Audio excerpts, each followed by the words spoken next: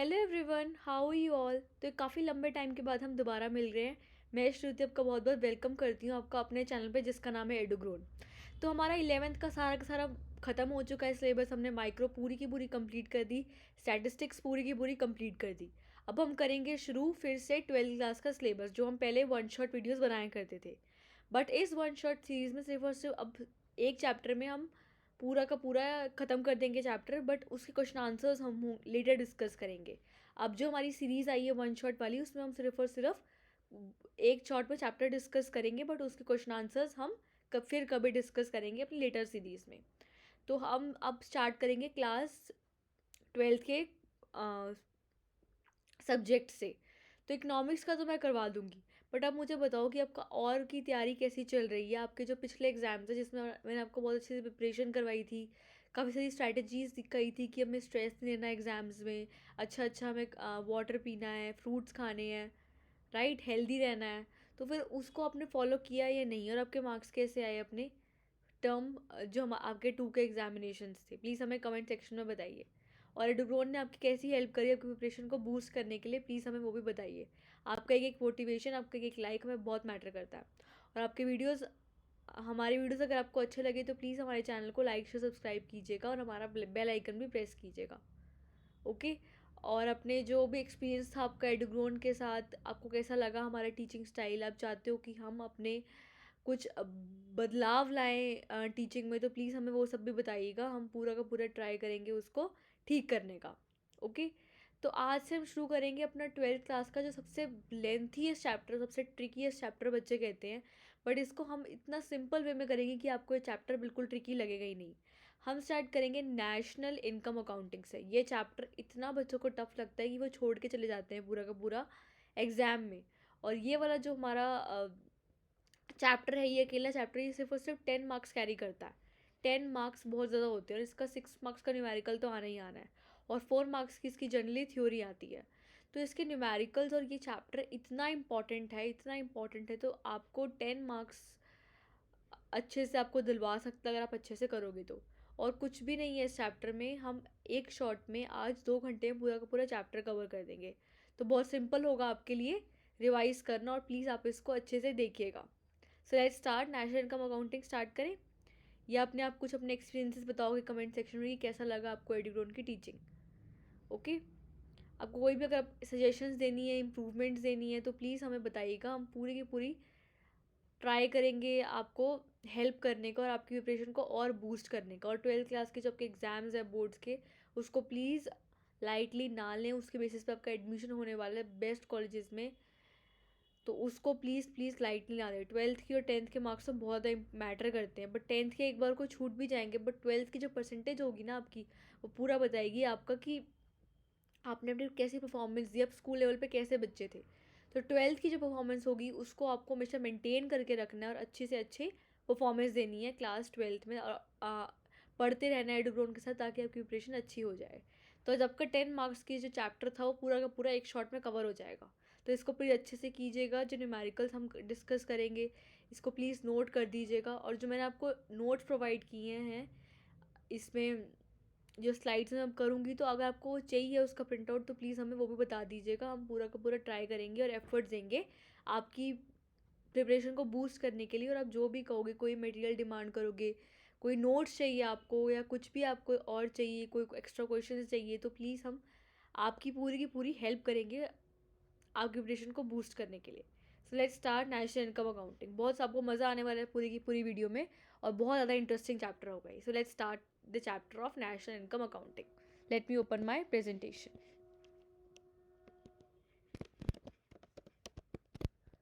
National income accounting बहुत अच्छे से करना है आपको ये वाला बच्चों चैप्टर। ओके, बहुत सिंपल भी है।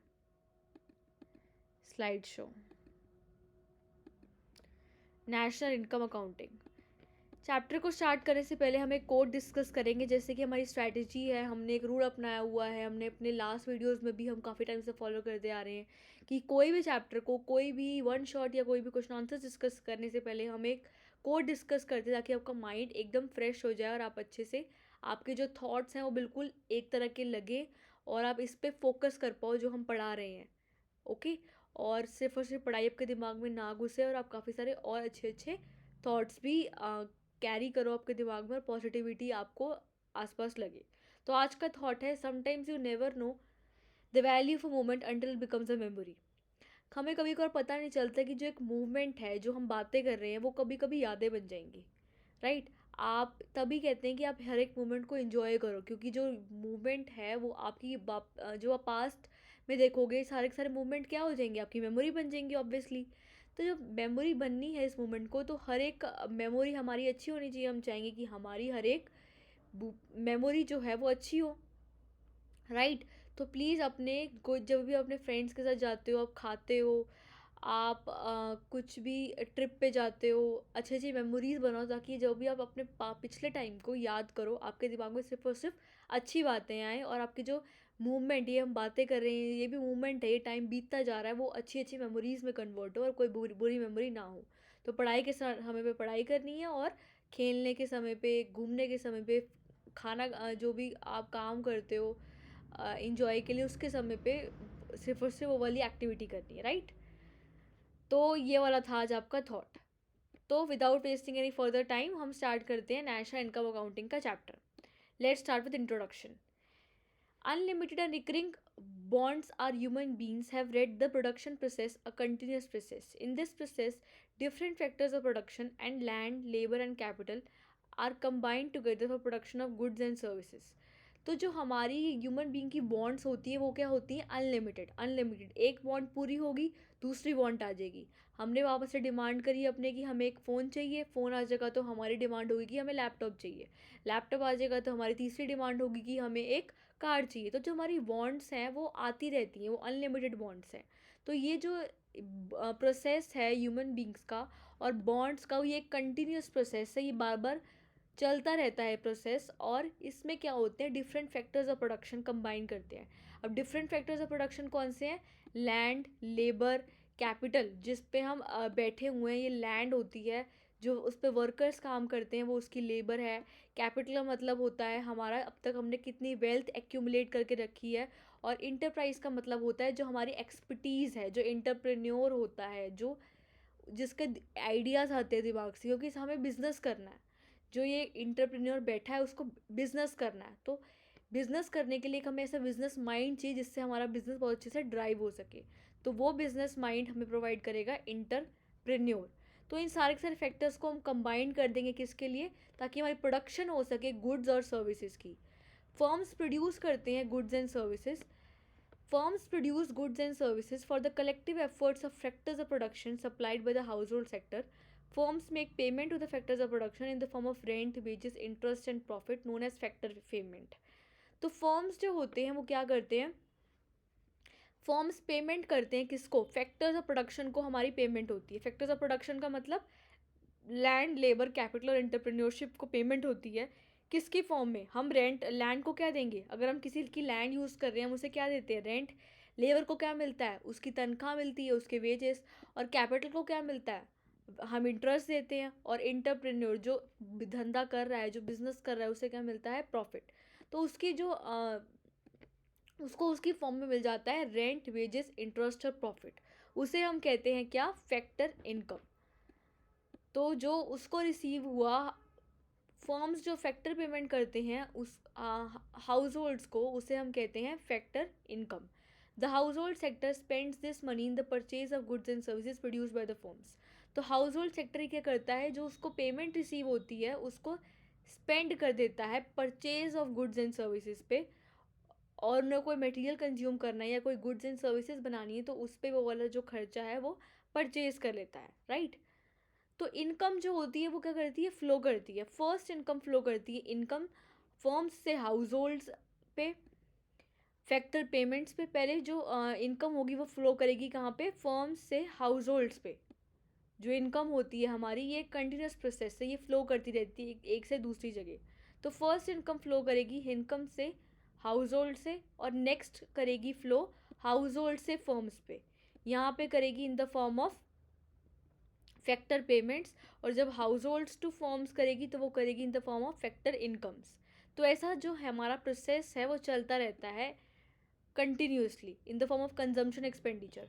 तो इस फ्लो के मनी को प्रोसेस को हम कहते हैं circular flow of income, right. तो बहुत सिंपल प्रोसेस था कि जो हमारी इनकम होती है वो फ्लो करती रहती है। फर्स्ट करती है हमारी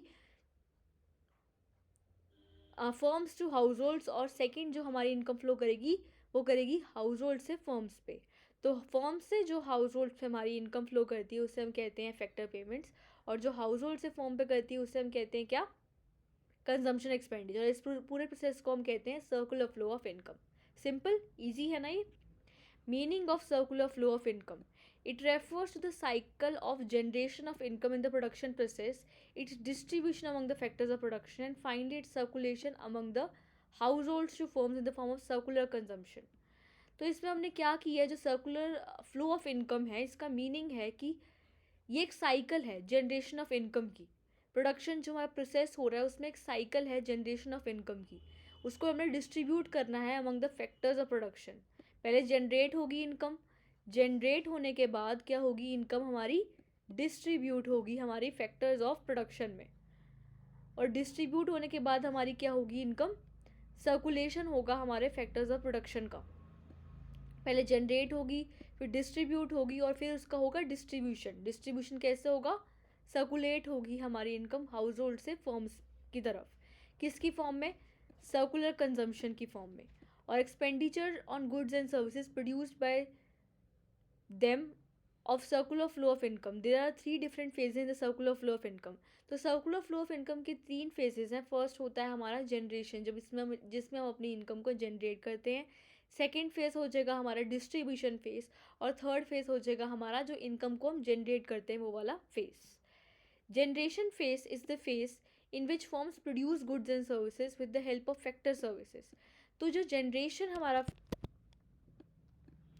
तो जो हमारा जनरेशन वाला फेज़ है उसमें क्या होता है कि फर्म्स प्रोड्यूस करते हैं गुड्स एंड सर्विसेज, किसकी हेल्प से, फैक्टर सर्विसेज की हेल्प से।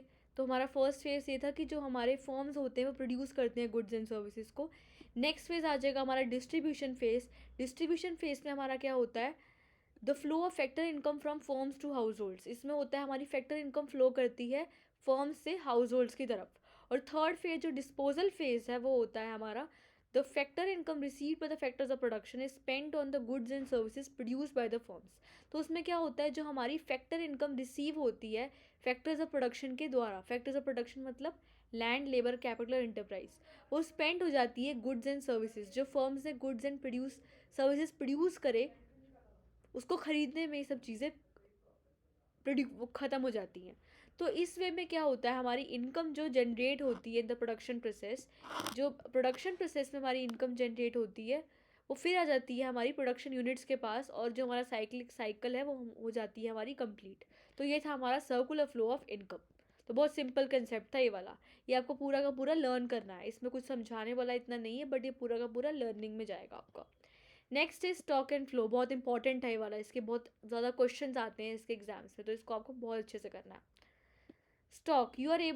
Stock refers to the variable which is measured at a particular point of time. For example, stock of goods in the godown as on 31st March 2015. It means stock variables and it's no time dimensional. Some examples of stock are national wealth, national capital, some money, etc., money supply, etc.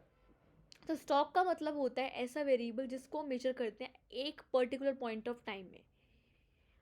मतलब उसको जो हमारा variable है stock वाला वो major होगा एक particular point of time में। इस पॉइंट ऑफ टाइम में इसकी क्या वैल्यू चल रही है, ये नहीं कि इस पूरे साल में हम देखेंगे उसकी वैल्यू क्या चल रही है, उसके पूरे साल में क्या चल रही है, पूरे मंथ एंड में क्या चल रही है, बट एक पर्टिकुलर पॉइंट ऑफ टाइम में उसकी क्या वैल्यू है। तो अगर उसको हम पर्टिकुलर पॉइंट ऑफ टाइम में मेजर करें तो मतलब वो टाइम डायमेंशनल नहीं है। टाइम डायमेंशनल नहीं है तभी उसको एक पर्टिकुलर पॉइंट ऑफ टाइम में मेजर किया जा रहा है। मतलब इसका एग्जांपल है कि अगर स्टॉक ऑफ गुड्स पड़े हुए हैं 31 मार्च 2015 को, स्टॉक ऑफ गुड्स पड़े हुए हैं, यहाँ पे बड़े सारे स्टॉक हैं गुड्स के, राइट। तो ये गुड्स के जो स्टॉक पड़े हुए हैं इसमें इससे कोई टाइम का लेना देना नहीं है, ये पर्टिकुलर पॉइंट ऑफ टाइम पे पड़े हुए हैं तो वो आ जाएंगे स्टॉक वेरिएबल के अंदर। तो कुछ एग्जांपल्स जो होते हैं हमारे स्टॉक वेरिएबल्स की वो हो जाएंगी नेशनल वेल्थ। जो नेशनल वेल्थ होती है, किसी भी बंदे के पास कितनी भी ज़्यादा वेल्थ है, मतलब उसने कितनी अपनी वेल्थ एक्यूमुलेट करी है अब तक अपनी लाइफ टाइम में, वो मेजर होती है एक पर्टिकुलर पॉइंट ऑफ टाइम में, ना कि उसने कितना अब तक किया है काम। मतलब एक पर्टिकुलर पॉइंट ऑफ टाइम में ये मेजर होती है, तो ये हो जाएगा हमारा स्टॉक वेरिएबल। और नेशनल कैपिटल होता है हमारा नेशनल कैपिटल।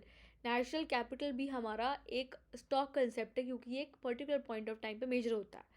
और मनी सप्लाई तो ऑब्वियसली मनी सप्लाई का मतलब ही उसके डेफिनेशन में ही हमने डिस्कस किया था क्लास 12th में, कि ये पर्टिकुलर पॉइंट ऑफ टाइम में मेजर होता है कि लोगों के पास कितना मनी है in the form of currency, in the form of bank account deposits. तो ये मेजर होता है हमारा एक पर्टिकुलर टाइम पे, एक पॉइंट ऑफ टाइम में। तो हो जाएगा हमारा ये स्टॉक कंसेप्ट। अब फ्लो के बारे में बात करते हैं। Flow variable refers to the variable which is measured over a period of time. अगर हम किसी वेरिएबल को मेजर करते हैं over a period of time, for example production of goods during the month of January. अगर हम production discuss कर रहे हैं कि पूरी फ्लो वेरिएबल का मतलब एक ऐसा वेरिएबल जिसको हम मेजर करते हैं over a period of time.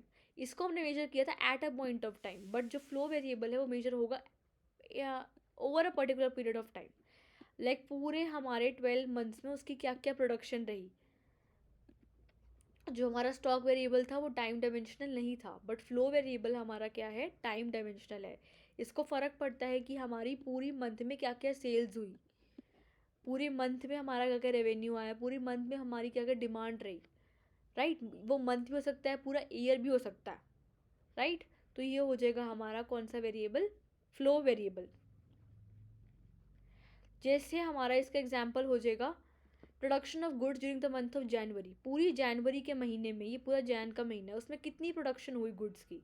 अगर हमें प्रोडक्शन डिस्कस करना है कि पूरी जनवरी के मंथ में हमारी कितनी प्रोडक्शन हुई, तो हम ऑब्वियसली फ्लो वेरिएबल को डिस्कस करेंगे। राइट, तो ये हो जाएगा हमारा एक फ्लो वेरिएबल का कंसेप्ट। जैसे national income in a year, 1000 of flow variables are period. जो हमारी नेशनल इनकम होती है वो एक फ्लो वेरिएबल है, जिस क्योंकि हम उसको मेजर करते हैं over a period of time. It could be a day, जो हमारा टाइम हो सकता है वो हो सकता है एक डे भी हो सकता है, एक वीक हो सकता है।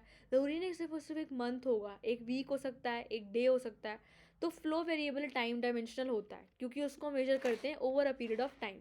तो हमारा जो फ्लो वेरिएबल था वो टाइम डायमेंशनल नहीं था, बट स्टॉक वेरिएबल हमारा जो हमारा वो टाइम डायमेंशनल होता है। तो यही था इसका मीनिंग।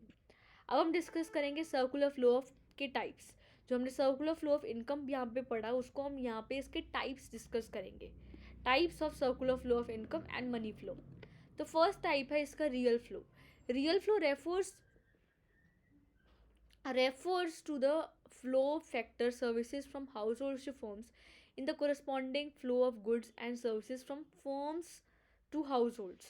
तो रियल फ्लो का मतलब है हमारी जो सर्विसेज हैं वो फ्लो हो रही हैं पहले हाउस होल्ड से लेके फर्म पे, और फिर हो रही है हमारी सर्विसेज फर्म से लेके हाउस होल्ड्स पे। Right, refers to the flow factor services from households to firms. तो सर्विसेज हमारी पहले हाउस होल्ड से फर्म पे जा रही हैं, और फिर हमारी जो सर्विसेज हैं वो जा रही हैं हमारी फर्म्स से हाउस होल्ड्स की तरफ। House holds provide factor services, जो हाउस होल्ड्स हैं उनको सर्विसेज प्रोवाइड कर रही हैं फर्म्स को, विच इन रिटर्न प्रोवाइड गुड्स।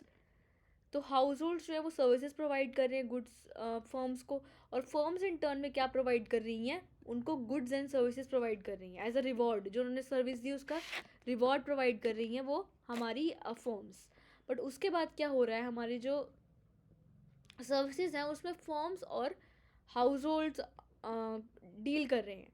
तो फर्म्स और हाउस होल्ड्स में क्या होगा, there is only exchange of goods and services between the two sectors without involvement of money. तो रियल फ्लो में हमारा क्या होता है, सिर्फ और सिर्फ गुड्स की एक्सचेंज होती है, गुड्स एंड सर्विसेज हमारी एक्सचेंज होती है। जैसे हमारी हाउस होल्ड से फर्म्स पे हमारी पहले सर्विसेज गई, फिर हमारी सर्विसेज गई फर्म्स से हाउस होल्ड्स पे। तो हमारी जो होती है हमारी सिर्फ और सिर्फ गुड्स एंड सर्विसेज का लेना देना होता है, ना कि हमारा एक फिजिकल फ्लो होता है, ना कि हमारी मनी का इन्वॉल्वमेंट होता है हमारी इस ट्रांजैक्शन में। Real flow remains a magnitude of growth process in the economy, for example more factor services are upward to the firms, then volume of production will be more and speed of the process of economic growth. अगर हमारी किसी भी economy में real flow ज़्यादा होगी, real flow ज़्यादा होगी इसका मतलब क्या है, हमारी ज़्यादा फैक्टर सर्विसेज एक दूसरे से एक्सचेंज हो रही हैं, हाउस होल्ड से फर्म्स पे जा रही हैं और फिर फर्म्स से हाउस होल्ड्स पे जा रही हैं। तो इसका मतलब है कि हमारी प्रोडक्शन जो हो रही है वो ज़्यादा हो रही है पूरी इकॉनमी में। अगर किसी भी इकॉनमी में प्रोडक्शन ज़्यादा होगी, प्रोड्यूस ज़्यादा होगा हमारा आउटपुट, तो इकोनॉमिक ग्रोथ ज़्यादा होगी, और इकोनॉमिक ग्रोथ होगी ज़्यादा तो उससे क्या पता चलता है, हमारी जीडीपी ज़्यादा होगी। तो ये था हमारा फर्स्ट सर्कुलर फ्लो का मीनिंग, ये है हमारा रियल फ्लो का मतलब। अब सेकंड आ जाएगा हमारा money flow. Money flow refers to the flow of factor payments on the firm to households for the factor services, and corresponding flow of consumption expenditure from households to firms for the purchase of goods and services produced by the firms. Firms like factor payment to households with the factor services, and households spend their income on the purchase of house goods and services produced by the firms. तो इसमें हम क्या कर रहे हैं, money flow में जो हमारी पहले रियल फ्लो थी उसमें सिर्फ और सिर्फ गुड्स का इन्वॉल्वमेंट था, बट कोई मनी का इन्वॉल्वमेंट नहीं था। बट ये वाला है हमारा मनी फ्लो, तो इसमें हमारा फर्म्स और हाउस होल्ड्स के बीच में क्या होगा, एक मनी का इन्वॉल्वमेंट होगा। फर्म्स से हाउस होल्ड्स पे जाएगी हमारी पहले फैक्टर पेमेंट्स, फैक्टर पेमेंट्स हमारी जाएंगी फर्म्स से हाउस होल्ड्स की तरफ।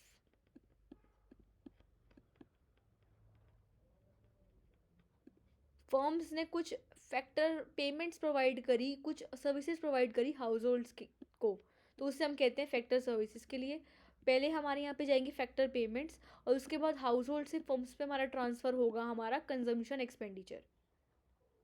ये आपको ये टर्म्स लर्न करनी है। For the purchase of goods and services produce by the firms, जो फर्म्स ने गुड्स एंड सर्विसेज प्रोड्यूस करे हैं उसका क्या होगा हमारा उसको हम परचेज कर लेंगे गुड्स एंड सर्विसेज को by the firms. Firms like factor payments to households with the factor services, and households spend the money on the purchase of goods and services produced by the firms. तो इसमें हमारा क्या होगा, तो जो firms हैं हमारी factor payments firms provide करेंगी हमारी फैक्टर पेमेंट्स हाउस होल्ड्स को, और उसके बाद क्या होगा हमारा जो हमारी फर्म्स जो होंगी हमारी फैक्टर पेमेंट्स प्रोवाइड करेंगी हाउस होल्ड्स को।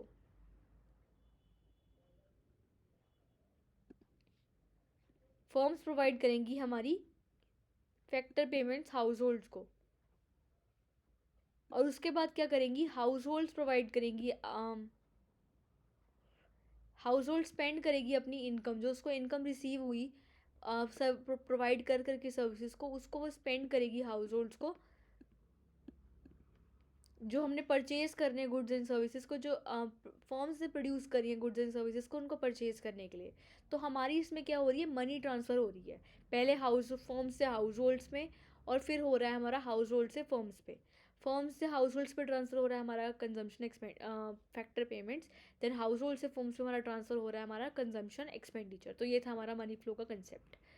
Circular flow of income in a simple economy, two sector economy. अब हम circular flow of income discuss करेंगे in a simple economy. Simple economy का मतलब एक टू सेक्टर इकोनॉमी जिसमें सिर्फ और सिर्फ एक हाउस होल्ड सेक्टर है और एक प्रोड्यूसर सेक्टर है, राइट, गवर्नमेंट सेक्टर है। Simply call assumes existence of two sectors, either household sector.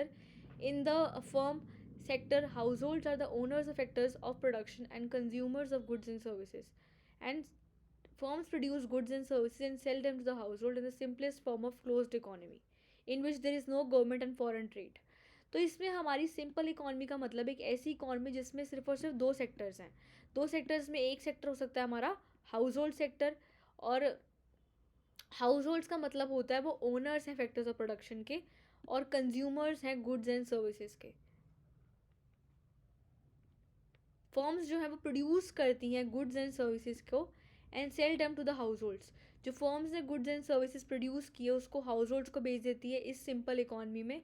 इसमें हमने ज्यूम करके चलेगी कोई भी गवर्नमेंट नहीं है और कोई भी फॉरेन ट्रेड नहीं है, सिर्फ और सिर्फ कंज्यूमर्स हैं और हाउस होल्ड्स हैं। In order to make our analysis simple, we in turn take a mission that there is only two sectors in the economy, households and firms.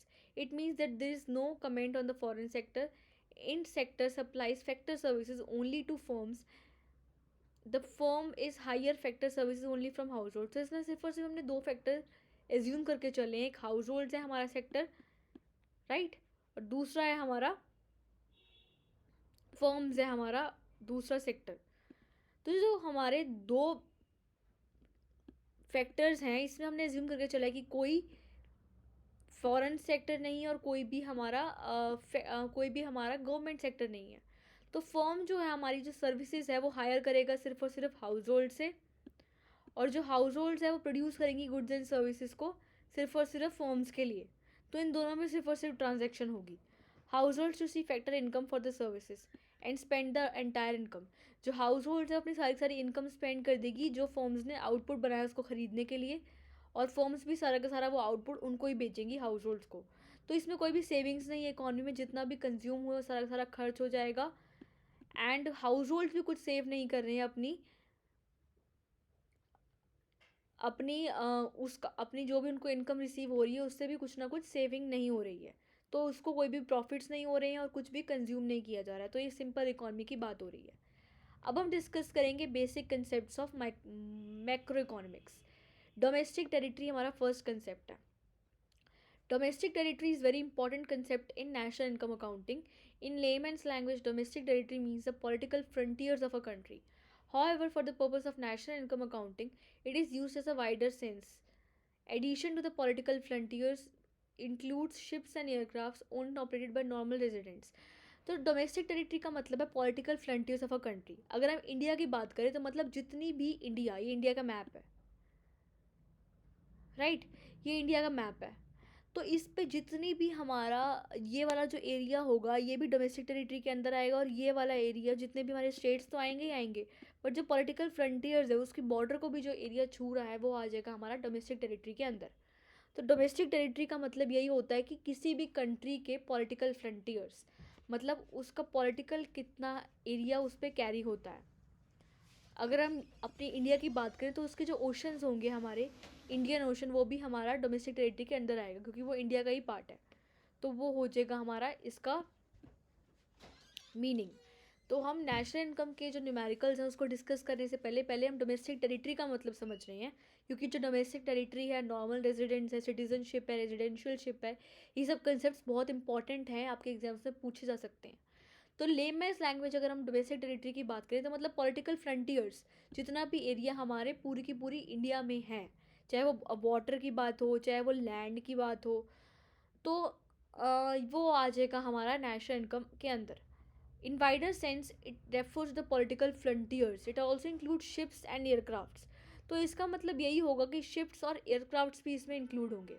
अगर कोई शिप है, अगर कोई एयरक्राफ्ट है, वो किसी दूसरी कंट्री में, फॉर एग्जांपल वो जापान में है, बट वो है इंडिया का पार्ट, वो जापान में हमने दिया हुआ है, बट एम्बेसी है वो उसकी है, हमने बाहर होती है हमारी एम्बेसीज तो, बट वो इंडिया का ही पार्ट मानी जाएगी क्योंकि वो हमारा है, लाइक हमारे पॉलिटिकल फ्रंटियर को बिलोंग करता है, हमारे एरिया को बिलोंग करता है।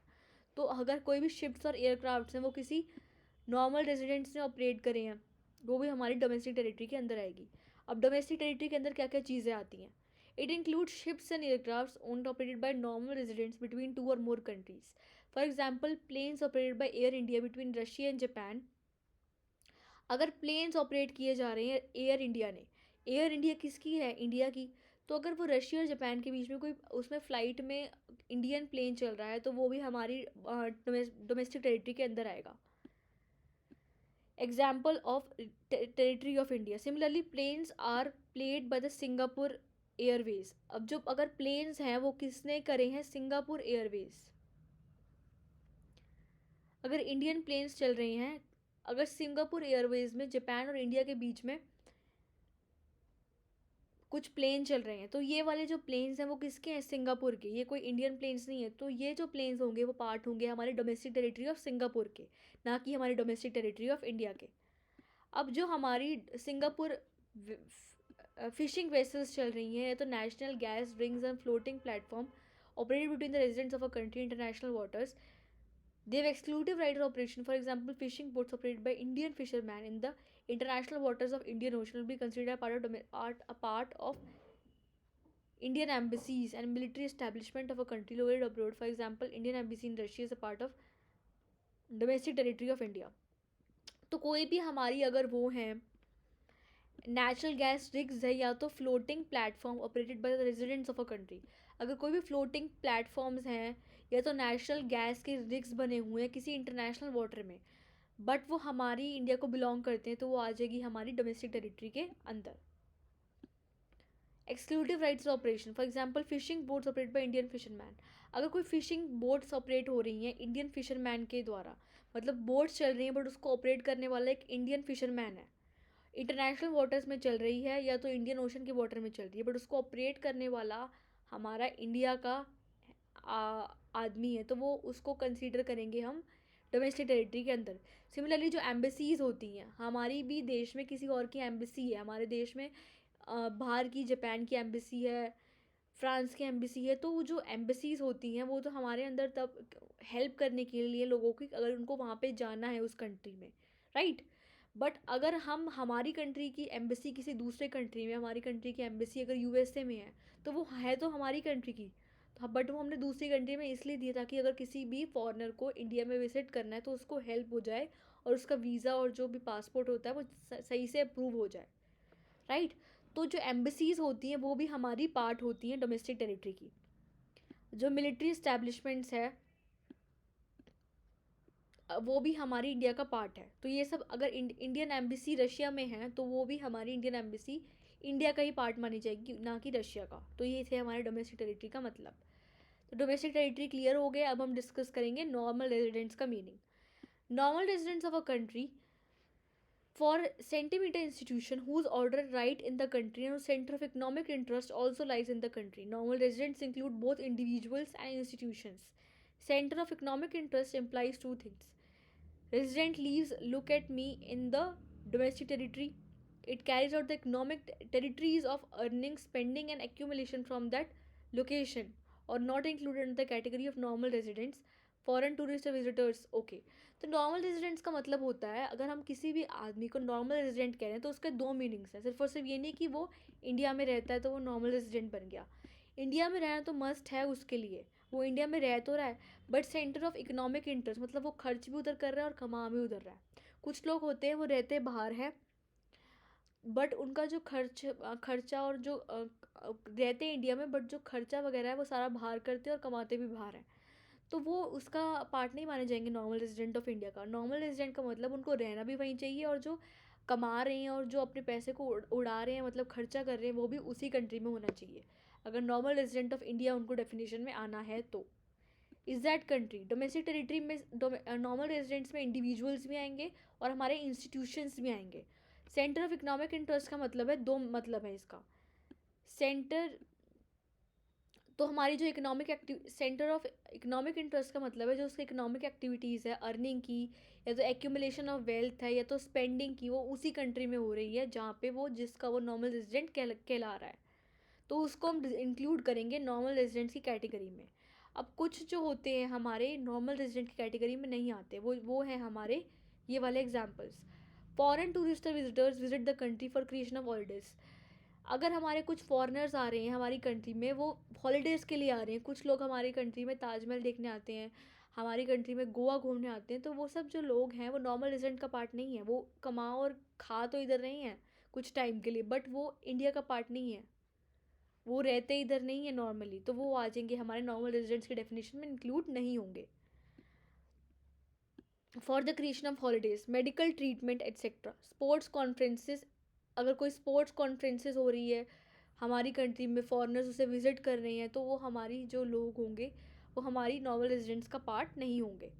फॉरेन स्टाफ एम्बेसीज ऑफिशियल्स, अगर कोई फॉरेन स्टाफ ऑफ एम्बेसीज का पार्ट है, एम्बेसीज की कोई फॉरेन स्टाफ होती है, ऑफिशियल कोई डिप्लोमेट है, या तो मेंबर है हमारे आर्म्ड फोर्सेस का, फॉरेन कंट्री की जो आर्म्ड फोर्सेस होते हैं उसका कोई मेंबर है, तो वो हमारी सेंटर ऑफ इकोनॉमिक इंटरेस्ट इधर लाई नहीं कर रहा, तो वो हमारे नॉर्मल रेजिडेंट्स के अंडर नहीं आएंगे। जो इंटरनेशनल ऑर्गेनाइजेशंस होती हैं लाइक जो WHO होता है, world health organization, are not considered as normal residents of a country in which they operate, just normal residents of the international area. Employees of the international organizations are considered as residents of the country to which they belong and not of the international area. An American working in US office located in India will be considered as resident of America. तो हमारी जो वो होती है, हमारी जो normal residents of जो international employees काम करते हैं हमारे इंटरनेशनल ऑर्गेनाइजेशंस पे, तो जो हमारे इंटरनेशनल एम्प्लॉयज़ काम कर रहे हैं इंटरनेशनल ऑर्गेनाइजेशन में, अगर कोई इंटरनेशनल एम्प्लॉई है इंडिया के अंदर वो काम कर रहा है, वो यूएस का एम्प्लॉय है, तो उससे हम यूएस का रेजिडेंट मानेंगे, ना कि इधर का, क्योंकि वो नॉर्मली यहाँ नहीं रहता और उसका सेंटर ऑफ इकोनॉमिक इंटरेस्ट भी इधर लाई नहीं करता, तो वो हमारा इंडिया का पार्ट नहीं होगा। जैसे अगर कोई डब्ल्यू एच ओ है, वर्ल्ड हेल्थ ऑर्गेनाइजेशन है, अगर हमारी वर्ल्ड हेल्थ ऑर्गेनाइजेशन है कोई,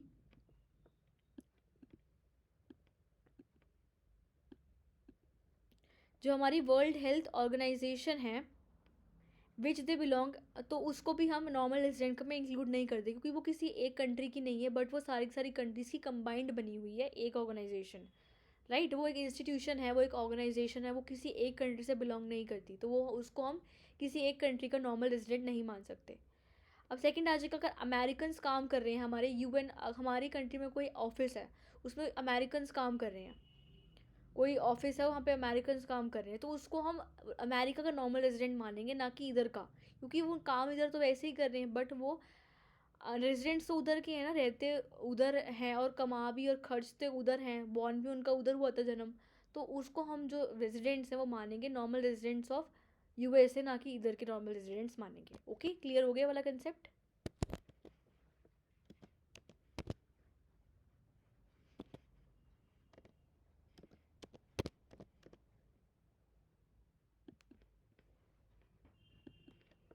अब हम डिस्कस करेंगे क्रू के बारे में। Crew members of foreign vessels, commercial travellers, insurance and seasonal workers divided they slay is less than 1 year, border workers who live near international borders in cross the border on regular basis to book in other countries, that is normal residents of the country where they live। तो जो crew members होते हैं हमारे foreign vessels को जो चला रहे हैं, जो कमर्शियल ट्रैवलर्स होते हैं, जो इंश्योरेंस कंपनी के कुछ कमर्शियल ट्रैवलर्स होते हैं, या कुछ सीजनल वर्कर्स हैं, वो सिर्फ और सिर्फ सीज़न के लिए यहाँ पे कुछ टाइम के लिए आते हैं, उनको अगर एम्प्लॉयमेंट वहाँ पे नहीं मिल रही तो कुछ सीज़न में यहाँ पे आ जाते हैं काम करने के लिए। अगर उनका स्टे 1 year से कम है, वो वहाँ पे काम करने के लिए सिर्फ और सिर्फ 1 year से कम के लिए आ रहे हैं, तो अगर कोई बॉर्डर वर्कर्स हैं, वो जो इंटरनेशनल बॉर्डर्स के पास रहते हैं, या कोई बर्डन उनका रेगुलर बेसिस पे शिफ्ट हो जा रहा है, तो उसको हम normal residents of a country नहीं मानेंगे, क्योंकि उसको तभी मानेंगे हमारे normal residents of a country जब हम उनका स्टे 1 year से ऊपर होगा, तो ये हमारे क्रू मेंबर्स भी कंसीडर नहीं होंगे normal residents of a country. अब हम डिस्कस करेंगे सिटीजनशिप और रेजिडेंशियलशिप का कंसेप्ट। ये बहुत इंपॉर्टेंट कंसेप्ट है, बहुत सिंपल भी है। Citizenship, it is basically legal concept based on the place of birth और some legal person allowing a person to become a citizen. It means Indian citizenship can arise in two ways. Person born in India requires automatic citizenship of India. A person born in India acquires citizenship of India and Indian laws to become an Indian citizenship. Indian residentship, अब Indian citizen का मतलब क्या है? अगर हम कहते हैं कि ये बंदा इसका सिटीज़नशिप है, मतलब उसका जन्म उधर हुआ था, वो सिटीज़न इंडिया का है, हम सबका जन्म इंडिया में हुआ था, तो हम एक इंडिया के सिटीज़न हैं। रेजिडेंशियलशिप का मतलब होता है रहना, तो रहना अलग बात होती है, बट हो सकता है कि हम सिटीज़न इंडिया के हैं, हमारा जन्म इंडिया में हुआ था, बट हम रह बाहर की कंट्रीज़ में रहे, लाइक हम यूएसए में रह रहे हैं, तो हम सिटीज़न तो कहलाएंगे इंडिया के, बट हमारा जो रेजिडेंट है, हम रह रहे हैं यूएसए में। तो सिटीजनशिप और रेजिडेंशियलशिप अलग अलग कंसेप्ट है। सिटीजनशिप का मतलब होता है allowing a person place of birth, हमने प्लेस ऑफ बर्थ, हमारा जन्म इस वाले कंट्री में हुआ था, तो हम एक सिटीजनशिप ऑफ इंडिया कहलाएंगे, सिटीज़न कहलाएंगे हम इंडिया के। तो सिटीज़न अगर हमें इंडिया का बनना है, तो इसके दो हमारे कॉम्पोनेंट्स आ जाएंगे। इंडियन सिटीजनशिप हमारी दो वे से राइज कर सकती है। A person born in India acquires automatic citizenship of India. Obviously अगर कोई पर्सन है, उसका जन्म इंडिया में हुआ है, हम सबका जन्म इंडिया में हुआ है, तो ऑब्वियसली हम एक सिटीज़न हैं इंडिया के।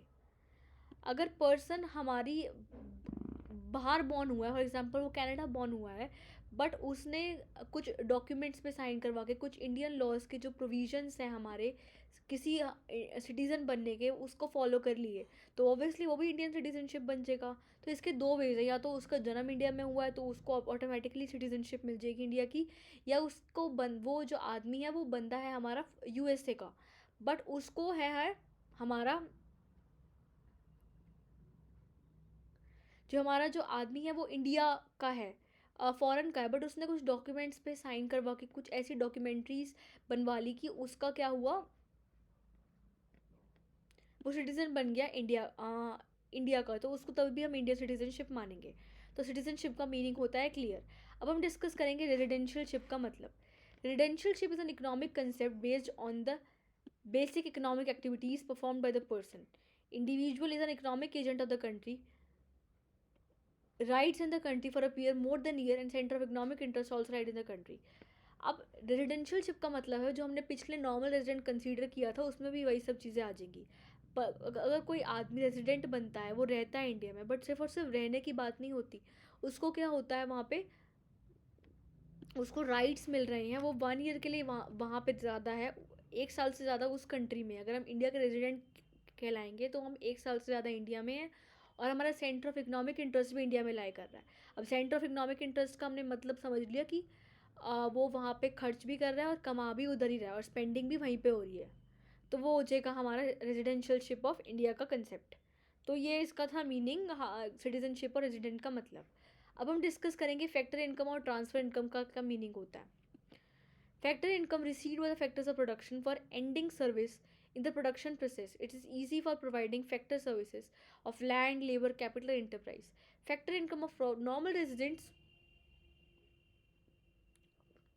of a country is included in the national income. Examples: rent, wages, interest and profit.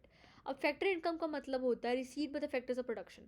Factor income का मतलब होता है वो पेमेंट जो रिसीव करते हैं फैक्टर्स ऑफ प्रोडक्शन। अब फैक्टर्स ऑफ प्रोडक्शन का मतलब जो फैक्टर्स ऑफ प्रोडक्शन ने हमारी कुछ सर्विसेज प्रोवाइड की थी, फैक्टर्स ऑफ प्रोडक्शन ने हमें क्या किया था, कुछ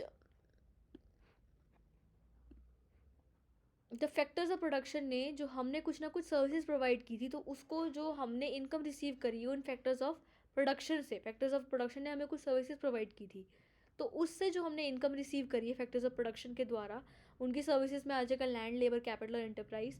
तो उससे जो हमने इनकम रिसीव करी है उसे हम कहेंगे factor income. It is use for providing factor services of land, labour, capital, enterprise. जो लैंड, लेबर, कैपिटल और एंटरप्राइज है उसने जो हमें कुछ प्रोवाइड किया है, कुछ सर्विसेज प्रोवाइड की हैं, तो उसे हम कहेंगे फैक्टर सर्विसेज, और उससे जो हमें इनकम रिसीव हुई है उसे हम कहेंगे factor income. Factor income of normal residents of a country, अगर हम नॉर्मल रेजिडेंट्स हैं, हमारा सेंटर ऑफ इकोनॉमिक इंटरेस्ट भी उधर है और हम 1 साल से ज़्यादा उस कंट्री में हैं, तो उसको हम इंक्लूड करेंगे, हमारी फैक्टर इनकम को नेशनल इनकम में इंक्लूड करेंगे। जैसे हमारे फैक्टर इनकम के एग्जांपल्स हो गए लैंड, लेबर, कैपिटल और एंटरप्राइज से जो इनकम हमें रिसीव होती है, तो लैंड हमें प्रोवाइड करता है रेंट, जो हमारी लेबर हमें देती है वेजेस, कैपिटल देती है इंटरेस्ट, और जो हमारी इंटरप्रेन्योर है वो देता है हमारे प्रॉफिट्स, उसको मिलते हैं प्रॉफिट्स। तो ये था हमारा फैक्टर इनकम का मतलब कि जो फैक्टर्स ऑफ प्रोडक्शन ने हमें जो सर्विसेज प्रोवाइड करी उसके बदले हमें जो इनकम रिसीव हुई उसे हम कहेंगे फैक्टर इनकम। और ट्रांसफ़र इनकम का क्या मीनिंग है। Transfer income refers to income received without any product or services in return. It is later one second concept does not include in national income as it does not reflect in the production of goods and services. It can be received either within the domestic territory of a country or from abroad. Examples: old age pension, scholarship, unemployment allowances, his pocket money, etc. अब transfer income का मतलब हमें जो income receive हो रही है, हमने उसके लिए कुछ काम नहीं किया, कोई अपनी प्रोडक्ट नहीं दी, कोई भी सर्विस नहीं दी, बट हमें कुछ इनकम रिसीव हो रही है उसके बदले, तो उसे हम कहेंगे ट्रांसफ़र इनकम। बट इस वाली इनकम को हम नेशनल इनकम में इंक्लूड नहीं करते, हम फैक्टर इनकम को इंक्लूड करते हैं अपनी इनकम, पर ट्रांसफ़र इनकम को हम इंक्लूड नहीं करते नेशनल इनकम में, क्योंकि इससे पता नहीं चलता हमें कि प्रोडक्शन कितनी हो रही है गुड्स एंड सर्विसेज का। इट कैन बी रिसीव्ड इधर विद इन द डोमेस्टिक।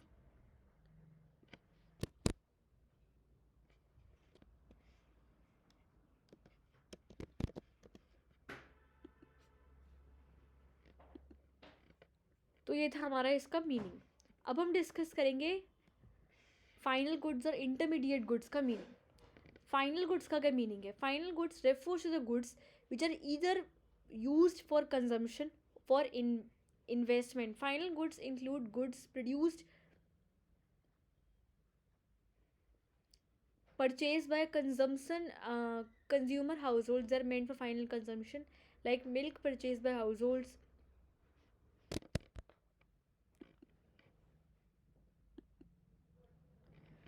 तो इससे क्या पता चला हमें कि final goods refers to the goods which are used either for consumption for investment. Final goods include goods purchased by consumer households. They are meant for final consumption like milk purchased by households, purchase for firms, and capital formation for investment like machinery purchased by firm. अब final goods का मतलब है, final goods का मतलब ऐसे goods which are use for consumption. अगर हमने कोई गुड्स यूज़ करा है कंजम्पशन के लिए या तो इन्वेस्टमेंट के लिए, तो उससे हम कहेंगे फाइनल गुड्स. या तो हमें उसे डायरेक्टली कंज्यूम करना है या उससे हमने फर्दर इन्वेस्ट करना है कहीं पे, तो उससे हम कैटेगरी देंगे फाइनल गुड्स की. Final goods includes goods purchase by consumers. अगर कोई कंज्यूमर्स ने गुड्स परचेज करे डायरेक्टली अपनी कंजम्पशन के लिए, तो उसे हम कहेंगे फाइनल गुड्स. तो जैसे उसने मिल्क परचेज किया हाउस होल्ड से, तो ऑब्वियसली अपनी कंजम्पशन के लिए कर रहा है मिल्क कंज्यूम. तो जब मिल्क कंज्यूम उसने तो किया है, तो उससे हम कहेंगे फाइनल गुड्स की कैटेगरी में. और अगर कोई हाउस होल्ड से मिल्क परचेज किया है, इन्वेस्टमेंट अगर कोई उसने इन्वेस्टमेंट करी है किसी भी हाउस होल्ड ने, तो उससे हम कहेंगे मशीनरी. उसने मशीनरी परचेज करी है, इन्वेस्टमेंट करी है मशीनरी की ताकि उसे फर्दर इन्वेस्टमेंट होए, तो उससे हम कहेंगे फाइनल गुड्स की कैटेगरी में डाल देंगे. मतलब इसमें दो चीज़ें आ जाती हैं, या तो कंजम्पशन हुआ है या तो उसका फर्दर इन्वेस्टमेंट हुआ है. और इंटरमीडिएट गुड्स का मतलब होता है refers to the goods which are either use for resale और further production in the same year. अगर कोई ऐसे गुड्स जिसको हमने रीसेल के लिए ख़रीदा है या तो उसकी हमने फर्दर प्रोडक्शन करी है उसी सेम ईयर में, तो उसे हम कहेंगे क्या, इंटरमीडिएट गुड्स. लाइक अगर किसी ने गुड्स परचेज करे रीसेल के लिए, मिल्क उसने लिया डेयरी शॉप ने, उसको आगे रीसेल करना है, तो वो आ जाएगा इंटरमीडिएट गुड्स की कैटेगरी में. या उसने goods for production of milk, goods use for production of milk. अगर उसने कोई मिल्क लिया है स्वीट्स बनाने के लिए, उसने उसको फर्दर प्रोड्यूस करना है, कुछ आगे उससे और चीज़ बनानी है, तो उसे हम कहेंगे इंटरमीडिएट गुड्स. तो इसमें हम कहेंगे कि क्या कि उसकी फर्दर रीसेल होनी है या तो प्रोडक्शन होनी है. और फाइनल गुड्स में आ जाएगा या तो कंजम्पशन या तो इन्वेस्टमेंट. अब हम डिस्कस करेंगे प्रोडक्शन बाउंड्री का concept. The concept of production boundary is very significant to understand the difference between intermediate goods and final goods.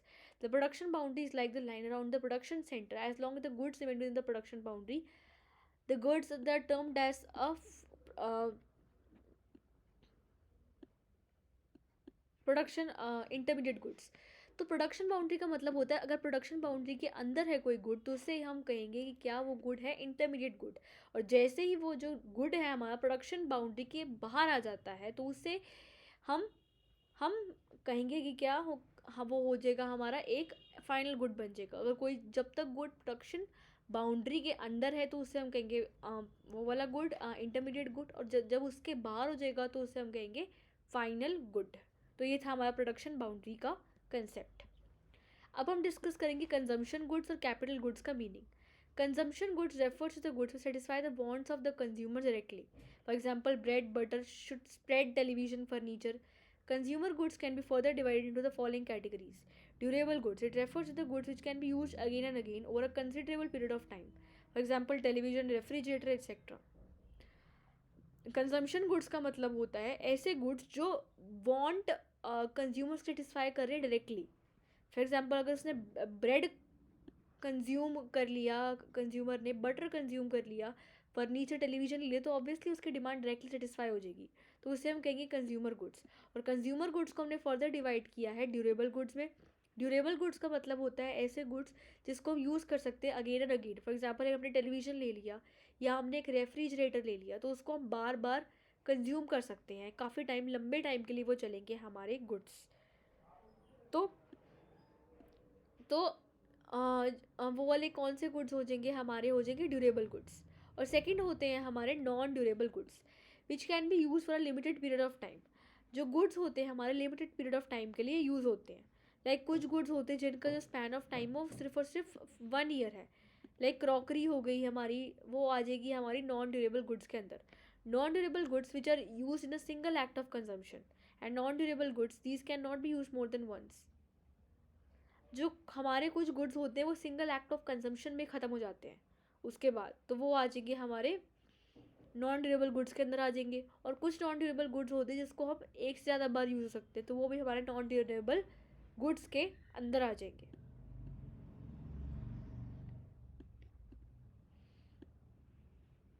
Loose identity, कुछ गुड्स होते हैं वो एक उसके बाद ही अपनी आइडेंटिटी खो देते हैं, लाइक हमारा ब्रेड हो गया, मिल्क हो गया, बटर हो गया, उससे क्या होता है हम उसको एक बार कंज्यूम करेंगे और हमारी आइडेंटिटी वो गुड्स होंगे वो ख़त्म हो जाएंगे, तो उसे हम कहेंगे नॉन ड्यूरेबल गुड्स। तो कुछ गुड्स होते हैं हमारे वो ड्यूरेबल होते हैं, कुछ नॉन ड्यूरेबल होते हैं, कुछ सेमी ड्यूरेबल होते हैं, और कुछ बिल्कुल भी ड्यूरेबल नहीं होते, और कुछ तो ड्यूरेबल होते ही नहीं, वो होते हैं हमारी सर्विसेज। सर्विसेज तो कभी गुड्स नहीं होते। सर्विसेज का मतलब होता है they are tangible services which can be seen और touched.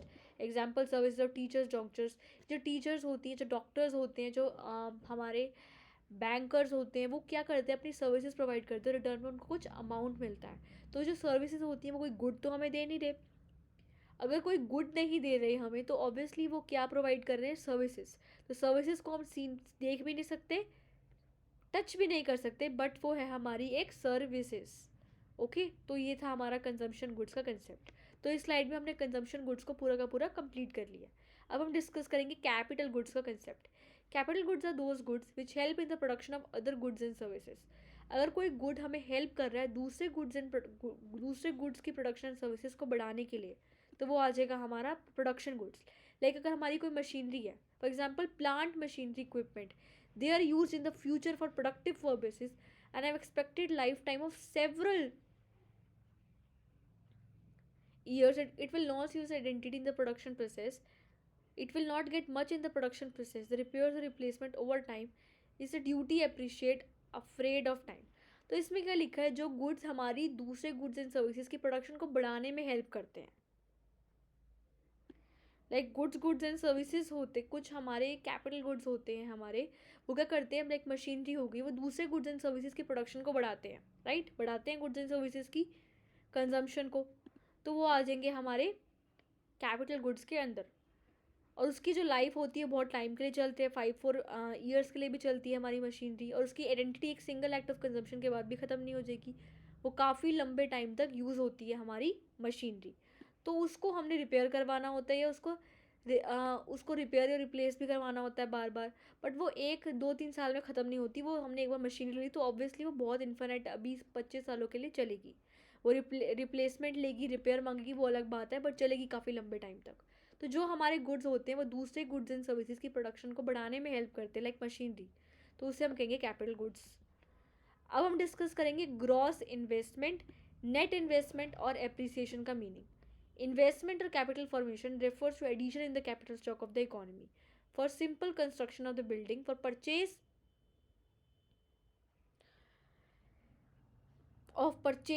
of machinery. Addition to inventories of good sector investment can be looked up in two forms. Investment growth. Investment, total investment is net above capital stock of the economy in a given period is termed as gross investment. Net investment refers to the actual amount made in the capital stock of the economy in a given period is termed as net investment. Net investment is equal to gross investment minus depreciation. तो हमारा investment का मतलब होता है, इसमें हम discuss करेंगे investment का क्या मीनिंग होता है। इन्वेस्टमेंट और कैपिटल इन्वेस्टमेंट का मतलब होता है हमने कुछ ऐड किया है capital stock of the economy, कुछ हमने कैपिटल को, पूरी इकोनॉमी की कैपिटल को हमने बढ़ाने के लिए उसमें कुछ ऐड किया है, मतलब अपना अमाउंट जोड़ा है कुछ। जैसे हमने कोई कंस्ट्रक्शन करी बिल्डिंग की, तो बिल्डिंग की कंस्ट्रक्शन में हमारा क्या होगा, हमने कोई मशीनरी परचेज़ करी, हमने मशीनरी परचेज़ करी तो ऑब्वियसली हमने उसकी इन्वेस्टमेंट करी, तो ऑब्वियसली हमने इकोनॉमी की एक कैपिटल को बढ़ाने की कोशिश करी और हमारा जीडीपी थोड़ा सा बढ़ा, तो उसे हम कहेंगे inventory investment. Inventory investment is a good sector investment, can be booked up in two forms. अगर हम इन्वेंट्री इन्वेस्टमेंट को देखेंगे तो 2 टाइप्स की हमारी इन्वेंट्री इन्वेस्टमेंट होती है। फर्स्ट होती है हमारी investment growth, investment made to the capital stock of the economy. First होती है हमारी investment, total investment to the capital stock of the economy. हमारी जो इन्वेस्टमेंट होती है वो 2 टाइप्स की होती है हमारी, एक होती है हमारी ग्रॉस इन्वेस्टमेंट और एक होती है हमारी नेट इन्वेस्टमेंट।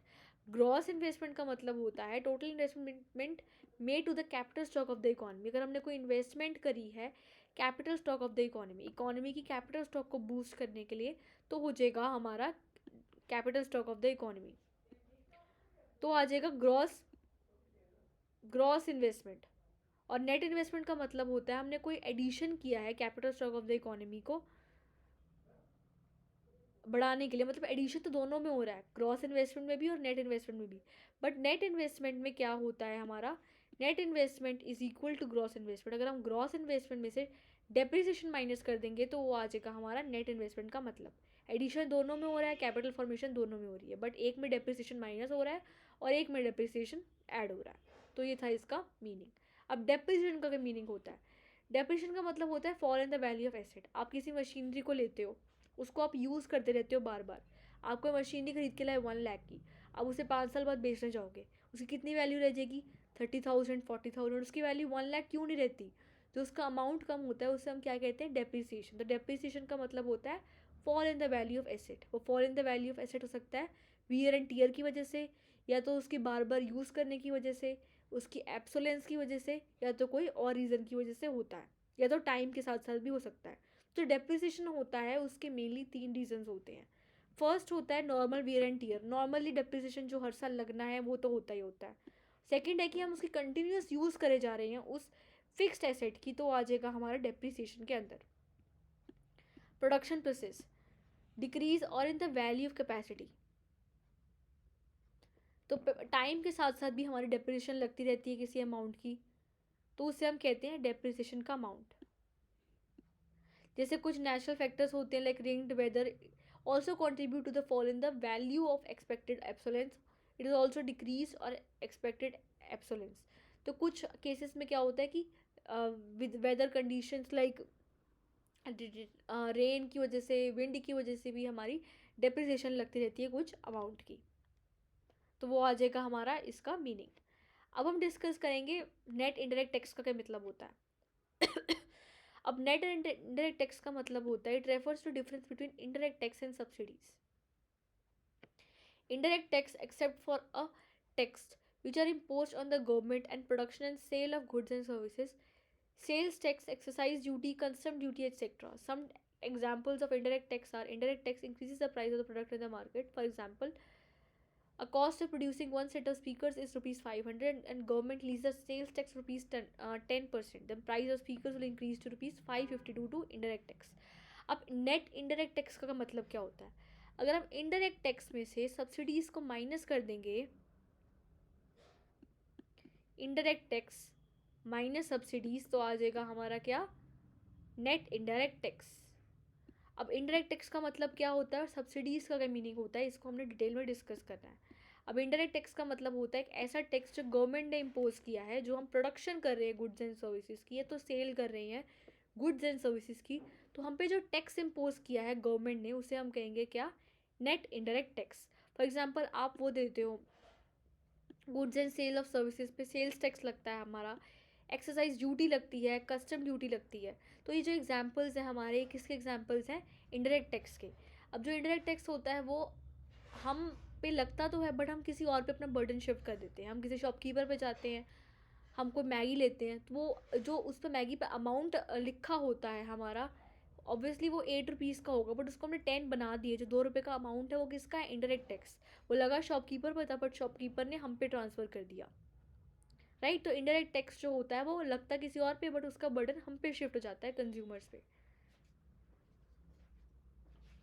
तो indirect tax increase the price of the product, इससे क्या होता है जो प्रोडक्ट है उसका प्राइस इंक्रीज हो जाता है मार्केट में। फॉर एग्जांपल आप सेट ऑफ स्पीकर्स परचेज करने गए, उसका प्राइस था 500, बट उस शॉपकीपर ने हम पे टैक्स वो वाला अमाउंट लगा दिया, तो वो उसका अमाउंट जो हो गया 510 हो गया। वो जो 10 वाला अमाउंट है वो किसका अमाउंट है, नेट इनडायरेक्ट टैक्स का, इनडायरेक्ट टैक्स का अमाउंट है। अब सब्सिडीज़ का क्या मीनिंग होता है, subsidies refer to the financial assistance given by the government to an enterprise for production of a certain community. अब सब्सिडीज़ का मतलब जो फाइनेंशियल असिस्टेंस, जो फाइनेंशियल हेल्प प्रोवाइड करी है गवर्नमेंट ने इंटरप्राइज को, किसी इंटरप्राइज को गवर्नमेंट ने फाइनेंशियल हेल्प प्रोवाइड करी है, तो उसे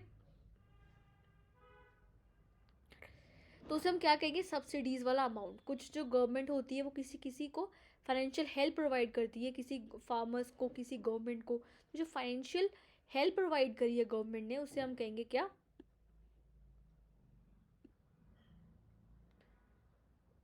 उसे हम कहेंगे क्या सब्सिडीज़ का अमाउंट। फॉर एग्जांपल जो सिलेंडर्स होते हैं वो सब्सिडाइज रेट पे कई बार मिलते हैं, गवर्नमेंट उस पर पैसा जो है वो देती है, वे सब्सिडी प्रोवाइड करती है कि ये फ्री में ले लो। तो जो फ्री में अमाउंट दिया है वो होगी एडिशनल हेल्प, होगी फाइनेंशियल असिस्टेंस होगी, तो उसे हम कहेंगे सब्सिडीज।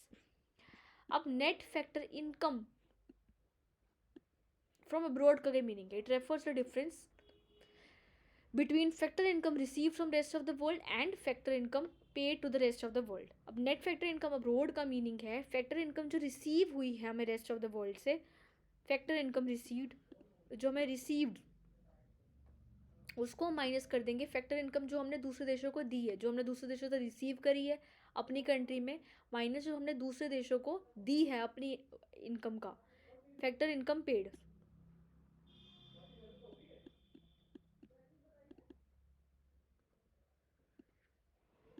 पे to the rest of the world income, तो उससे हम कहेंगे क्या, कहेंगे क्या, net factor income from abroad. It is the income and the normal residents of a country in the rest of the world in the form of wages and salaries and interest and dividend and retained earnings sector and income to abroad in the financial factor income paid to the normal residents of other countries which is the factor services within the domestic territory।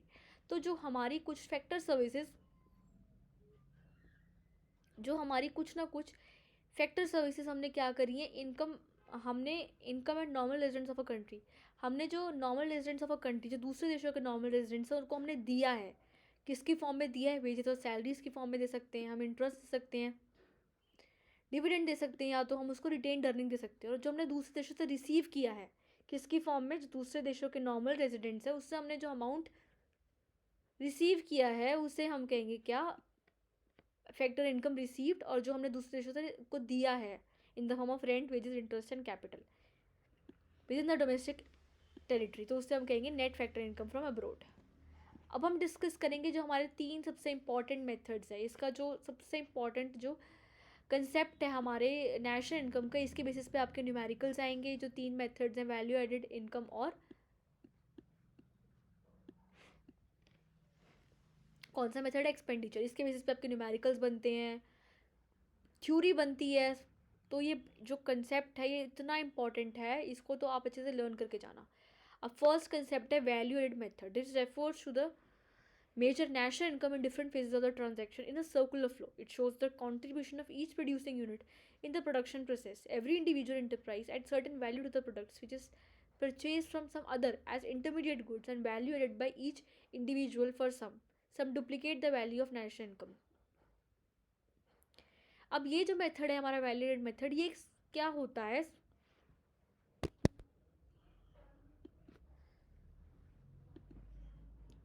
अब इस method में क्या होता है हमारा, this method is used to measure national income in different phases.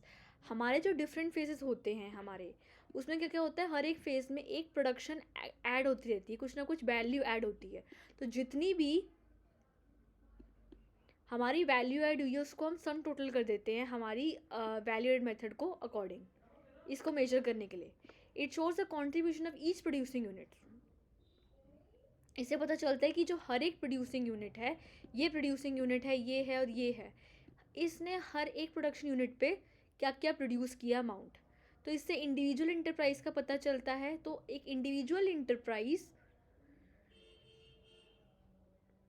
क्या क्या अपना अमाउंट ऐड कर रहा है हर एक प्रोडक्शन प्रोसेस में, हर एक इंडिविजुअल स्टेप में जो भी प्रोड्यूसिंग इंटरप्राइज है वो हमारा क्या क्या अमाउंट ऐड कर रहा है, तो आ जाएगा हमारा वैल्यू एडेड मेथड के अंदर। which is purchased from some time, it is known as intermediate goods, which is purchased from some time form known as intermediate goods and valued by each individual from me some duplicate the value of national income। तो इससे पता चलती है हमारी value of national income आ जाती है। अगर हम सारी की सारी मेथड्स का हम वैल्यू एडेड ऐड कर देंगे, जितने भी मेथड्स ने हमारा वैल्यू एड मेजर किया हर एक स्टेप का, उसको हम ऐड कर देंगे तो आ जाएगा हमारा वैल्यू एडेड का नेशनल इनकम आ जाएगी वैल्यू एडेड मेथड से। अब वैल्यू एडेड का क्या मीनिंग होता है, value added refers to the addition to the value of raw materials by the firms with the virtue of its production activities. It is a contribution of an enterprise to the current flow of goods and services. It is calculated as a difference between value of output minus intermediate consumption. Value added का मतलब होता है जितने भी हमारे raw materials raw materials हैं उसने क्या क्या कंट्रीब्यूट किया, it refers to the addition of the value of raw materials. Raw materials ने क्या क्या हमारी एडिशन करी है, रॉ मटेरियल्स ने क्या क्या एडिशन उसकी हुई है वैल्यू में, जो फर्म्स हैं उसके जो रॉ मटेरियल्स बना रही हैं उसमें क्या क्या एडिशन हुई है प्रोडक्शन एक्टिविटीज़ के द्वारा। तो it is contribution of the enterprise से पता चलेगा कि जो इंटरप्राइज है उसने क्या कॉन्ट्रीब्यूट किया है हमारी जो करंट फ्लो है गुड्स एंड सर्विसेज में, उसने क्या क्या कॉन्ट्रीब्यूट किया है हमारी उस फर्म ने। तो वैल्यू एड को हम कैलकुलेट करते हैं वैल्यू ऑफ आउटपुट में से इंटरमीडिएट कंजम्पशन माइनस करके। अगर हम वैल्यू ऑफ आउटपुट में से इंटरमीडिएट कंजम्पशन को माइनस कर देंगे तो आ जाएगा हमारा value of added. Value add हमें यही बताता है कि हमारा क्या क्या आया, हमने कितने हर एक स्टेप पे क्या क्या अपना हमने अमाउंट ऐड किया और उससे हमें क्या क्या फ़ायदा हुआ, प्रोडक्शन एक्टिविटी क्या क्या हुई और कंट्रीब्यूशन कितना हुआ current flow of goods and services में। तो इसका फॉर्मूला होता है value of output minus IC. Intermediate consumption का मीनिंग तो हम समझ चुके हैं कि जो गुड्स हमारे रीसेल के लिए यूज़ होते हैं या तो हमने और प्रोडक्शन के लिए सामान खरीदा है तो आ जाएगा हमारा इंटरमीडिएट कंजम्पशन के अंडर। और वैल्यू ऑफ आउटपुट का हम मीनिंग समझते हैं इसमें। अब हम डिस्कस करेंगे sample and concept of value added.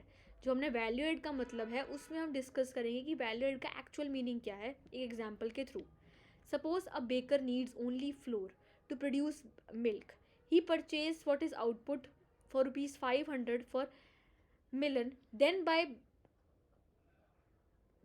virtual process production activities convert the flour into bread and sell the bread for ₹780।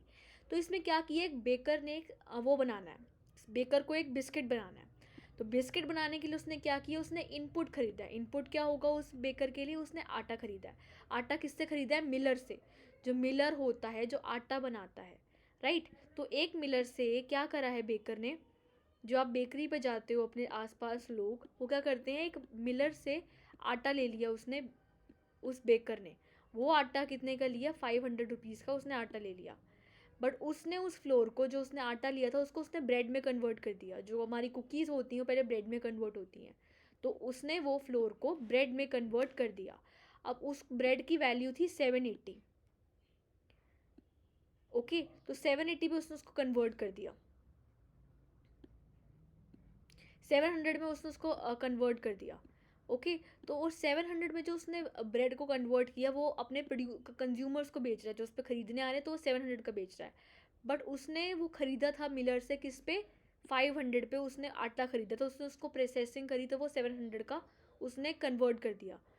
तो जो हमारा इनपुट है, मतलब जो हमारी 500 की वैल्यू है, it is the value of intermediate consumption. जो 500 जो हमारी वैल्यू है उससे हम कहेंगे वैल्यू ऑफ इंटरमीडिएट कंजम्पशन। और जो हमने उस पर ऐड किया है ₹200 वो आ जाएगा हमारा वैल्यू एड का मेथड। तो जो फूड इज़ द इनपुट, हमारा इनपुट है, तो उसकी वैल्यू थी हमारी 500, बट हमने प्रोडक्शन कर करके वैल्यू उसकी बढ़ा ली 700 तक। तो 700 जो हमारा है वो हो जाएगा वैल्यू ऑफ आउटपुट।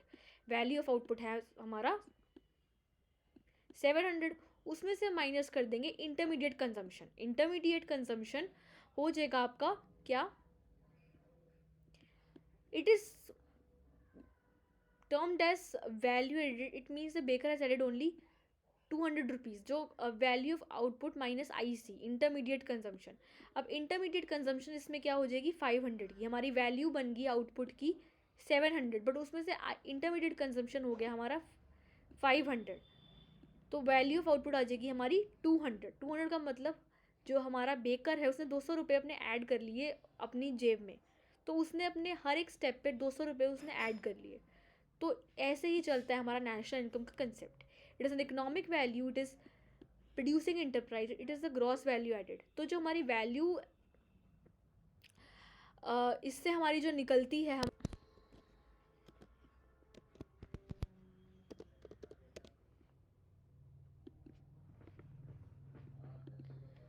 तो उसने ₹200 की वैल्यू एडिट कर दी। जो हमारा जो कंसेप्ट होता है वैल्यू एड मेथड का, उससे जो हमारा निकलता है अमाउंट, उससे हम कहते हैं GVA@MP।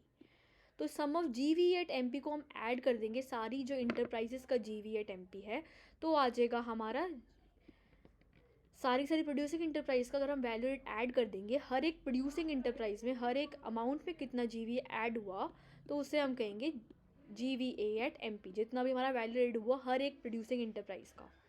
और IC का क्या मतलब है? Use of intermediate consumption in the production process is termed as intermediate consumption. Expenditure on them is termed as intermediate consumption expenditure in the given flows and intermediate consumption expenditure। intermediate consumption expenditure का मतलब होता है जो हमारा intermediate goods पे हमने consumption expenditure किया। intermediate goods का मतलब होता है वो वाले goods जो हमने रीसेल के लिए परचेज की या तो हमने उसकी फर्दर प्रोडक्शन करनी है, तो हमने जो एक्सपेंडिचर किया है इंटरमीडिएट गुड्स के, तो उसे हम कहेंगे इंटरमीडिएट कंजम्पशन एक्सपेंडिचर। जैसे हमारा इस एग्जांपल में हमारा जो बेकर वाला जो था उसने इंटरमीडिएट कंजम्पशन किया था 500 का, और उसने जो फर्दर प्रोसेसिंग की थी वो थी उसकी वैल्यू एडेड, तो 500 का अमाउंट था हमारा इंटरमीडिएट कंजम्पशन का अमाउंट। अब हम स्टेप्स डिस्कस करेंगे वैल्यू एडेड मेथड के। फर्स्ट स्टेप है identify and classify the production units. The first step is to classify all the producing enterprise of the economy into primary sector. जितने भी हमारी producing enterprises हैं, हमारे first step है कि उसको हमने आइडेंटिफाई करना है। किसमें? प्राइमरी में हमने उसको आइडेंटिफाई करना है, सेकेंडरी में हमने उसको आइडेंटिफाई करना है, और टर्शरी में हमने उसको डिवाइड कर देना है। हमने सारे के सारे फैक्टर्स को, प्रोड्यूसिंग इंटरप्राइजेस को हमने डिवाइड कर दिया प्राइमरी, सेकेंडरी और टर्शरी में। ओके, डिवाइड करने के बाद estimate gross domestic product of the market price, हमने हर एक सेक्टर का GVA एट MP निकाल दिया। अब सारे GVA एट MP को अगर हम ऐड कर देंगे, इस प्राइमरी सेक्टर की GVA एट MP को हमने निकाल दिया GVA एट MP, और इसकी हमने GVA एट MP निकाल दी, तो आ जाएगा हमारा क्या? GDP at MP। तो ये होता है हमारा इसका मतलब। GVA at market price of each sector, calculate the sum total of GVA at MP of all sectors, give GDP at MP, calculate domestic income by subtracting the amount of depreciation, and in its text form GDP at MP we get domestic income, it is equal to GDP at MP minus depreciation minus net indirect taxes। तो हमने क्या निकालना है? Indirect हमारे national income chapter में हमने GDP at MP निकालना है। हमें इससे आया है GVA at MP। हमने सारी प्राइमरी सेक्टर की GVA at MP को ऐड कर दिया, सेकेंडरी सेक्टर की GVA at MP को ऐड कर दिया, और टर्शरी सेक्टर की GVA at MP को ऐड कर दिया। तो सारी GVA at MP को ऐड करने के बाद हमारी जो हमारा अमाउंट रिसीव हुआ है वो हो जाएगा हमारा GDP at MP। तो उसमें से अगर हम सब्ट्रैक्ट कर देंगे डेप्रिसिएशन का अमाउंट, और हम सब्ट्रैक्ट कर देंगे उसमें से नेट इनडायरेक्ट टैक्स का अमाउंट, तो हमारा आ जाएगा GDP at MP। ओके, तो हो जाएगा हमारा GDP at MP, और हमें निकालना भी हमें GDP at MP था। तो ये था हमारा वैल्यू एडेड मेथड। बट हर एक मेथड की कुछ ना कुछ हमें प्रिकॉशंस लेके चलनी है। इस मेथड की हमारी प्रिकॉशंस हैं, the following precautions must be taken while calculating the this method, intermediate goods are not to be included in the national income। First है कि हमारी जो इंटरमीडिएट गुड्स हैं हमने नेशनल इनकम में लेके नहीं चलनी है। इसका फॉर्मूला ही यही है कि value of goods minus intermediate consumption. तो जो इंटरमीडिएट कंजम्पशन है हमने माइनस लेके चलनी है। इंटरमीडिएट कंजम्पशन हमने इसलिए नहीं लेनी क्योंकि इंटरमीडिएट कंजम्पशन हमारे फाइनल गुड्स पे ऑलरेडी इंक्लूडेड है। अगर हम उसको दोबारा लेंगे तो ऑब्वियसली वो डबल काउंटिंग के अंदर आ जाएगी।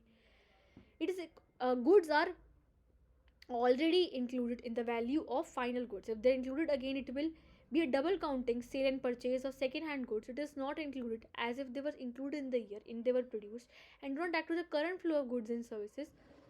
तो जो हमारी इंटरमीडिएट गुड्स हैं वो कुछ कंट्रीब्यूट नहीं कर रही current flow of goods and services के लिए, और उससे हमारा कुछ भी हमारी से कोई फर्दर प्रोडक्शन नहीं हो रही, और हमारी जो हमारी इंटरमीडिएट कंजम्पशन है उसकी वैल्यू हमारी फाइनल गुड्स पे ऑलरेडी इंक्लूडेड है। अगर हम उसको दोबारा इंक्लूड कर देंगे तो वो एक डबल काउंटिंग की प्रॉब्लम को अराइज कर देगा, जो हम डबल काउंटिंग के बारे में हम नेक्स्ट उसमें पढ़ेंगे। And don't add to the current flow, तो करंट फ्लो भी ऐड नहीं हो रहा। और ब्रोकेज, अगर हमें कोई brokerage on the sale and purchase of goods will be considered national income, it is a product और service production of goods for self consumption and not included.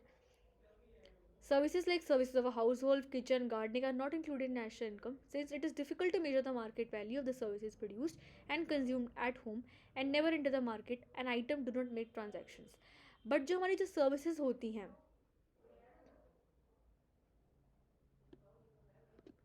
Any commission on the brokerage, अगर हमें कोई commission मिली है, हमने किसी का सामान sold करवाया, उससे हमें कोई कमीशन रिसीव हुई है, बट जो हमें जो कमीशन रिसीव हुई है उसको हम इंक्लूड करेंगे नेशनल इनकम के अंदर। बट उससे क्योंकि हमारी अगर हमारी कॉन्ट्रीब्यूट हो रही है, हमारी अगर हमारी नेशनल इनकम के अंदर वो चीज़ कंट्रीब्यूट कर रही है प्रोडक्शन प्रोसेस में, तो ऑब्वियसली वो इंक्लूड होगा। बट जो सर्विसेज होती हैं लाइक हाउसवाइफ की सर्विस हो गई, किचन की सर्विस हो गई, गार्डनिंग की सर्विस होगी, उससे हमारी मार्केट वैल्यू उसको मेजर नहीं कर सकते और उससे कोई हमारा ऐड नहीं हो रहा output given flow of goods and services के अंदर। तो उसको हमारी मार्केट वैल्यू निकालना बहुत मुश्किल है उसका, राइट।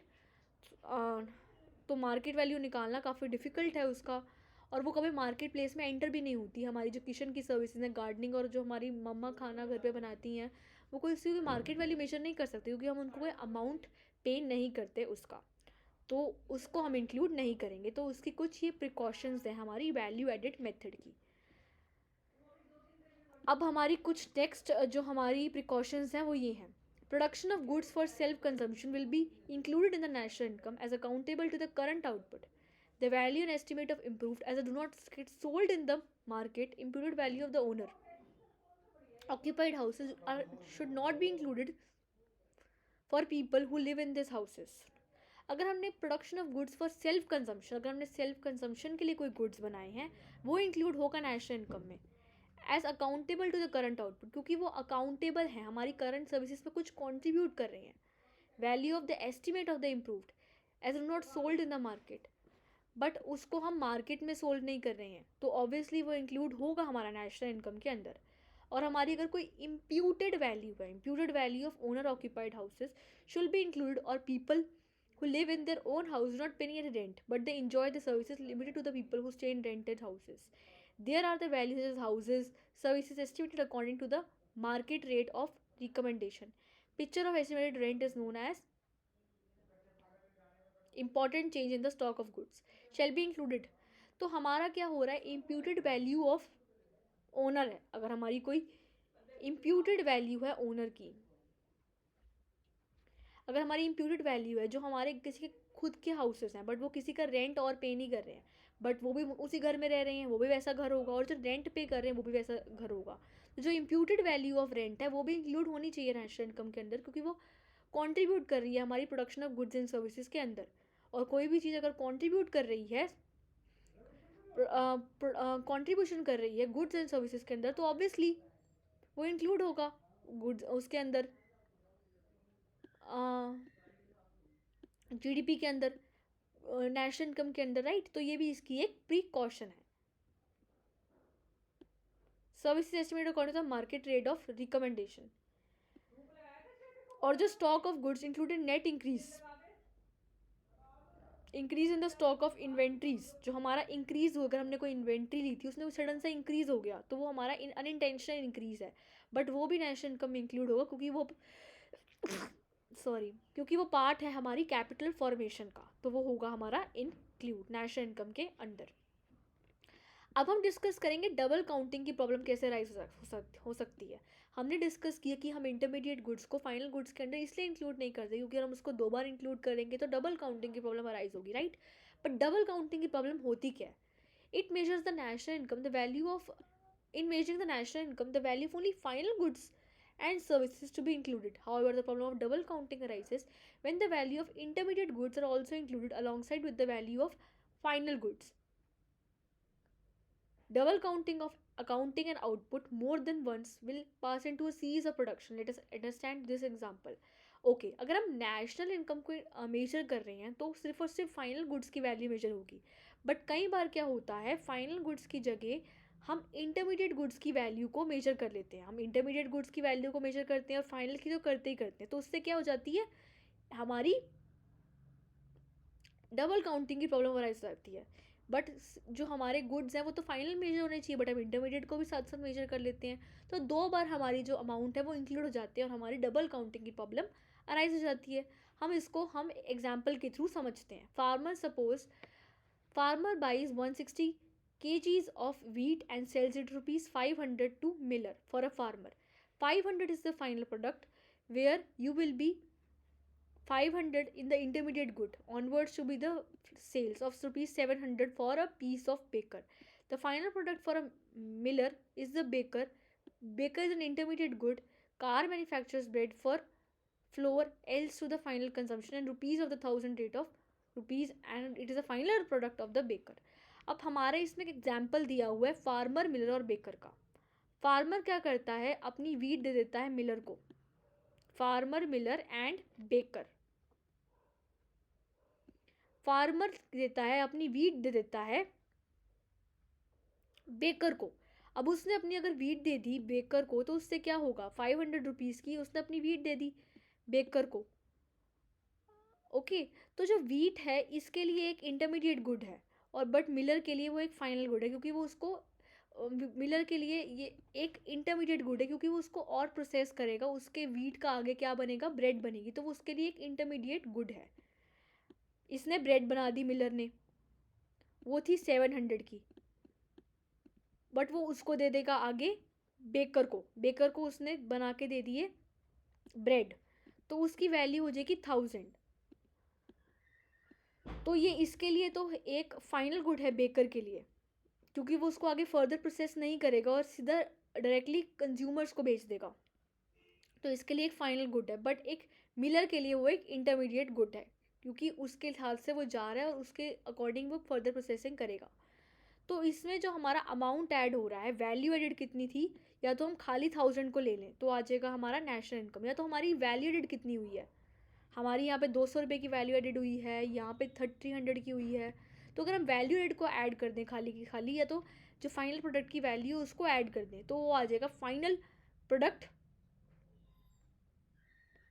बेकर का. राइट, तो वो हो जाएगा इसका बेकर का. तो ये आती है हमारी डबल काउंटिंग की प्रॉब्लम. इसको हम अवॉइड कैसे कर सकते हैं? There are 2 alternate ways of avoiding the problem of double counting. Final output method. According to this method, value only final good should be added to determine the value of national income. इसमें क्या कि सिर्फ और सिर्फ final goods की value को हम add करेंगे. इसमें हमारा जो फाइनल गुड है उसकी वैल्यू को ही ऐड कर देंगे, हम इंटरमीडिएट गुड्स की वैल्यू को ऐड करेंगे ही नहीं, ताकि हमारी जो प्रॉब्लम है डबल काउंटिंग की वो अवॉइड हो सके. जैसे हमारी इस एग्जाम्पल में the value of rupees 1000 sold to the final consumer should be taken as national income. Value added method. According to this method, some total of value to buy the producing unit should be taken in the national income in the given example. Why did by farmer, miller, the baker a rupees 1000 should be included in the national income?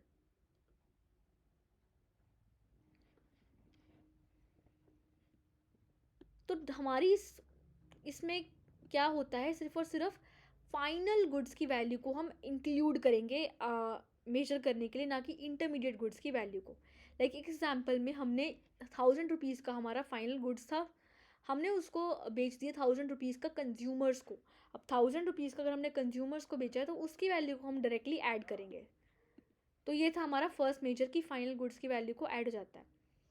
और second है कि हम सिर्फ और सिर्फ value added to by the producing units, जो हमने value added करी है सिर्फ और सिर्फ उसको मेजर करेंगे नेशनल इनकम में. In the given example, when did by farmer, miller and baker rupees 1000, जैसे हमने जो वैल्यू एडेड करी है 500 से 1000, 300 200 की यहाँ पे वैल्यू हो गई, 1000 से 700 जो था 300 की होगी. तो सिर्फ और सिर्फ हम वैल्यू एडेड को ऐड करेंगे तो आ जाएगी हमारी इसका डबल काउंटिंग की प्रॉब्लम हो जाएगी हमारी अवॉइड. अब नेक्स्ट है हमारा इनकम मेथड. वैल्यू एडेड हमने कंप्लीट कर लिया, अब हो जाएगा हमारा income method. Income method measures national income from the perspective of factor income. Under this method, income received by whole of the country for the product and services during a given year is added up to obtain the national income. According to this method, all the incomes and approve of the factors of production. By the way, it is the measure of national income.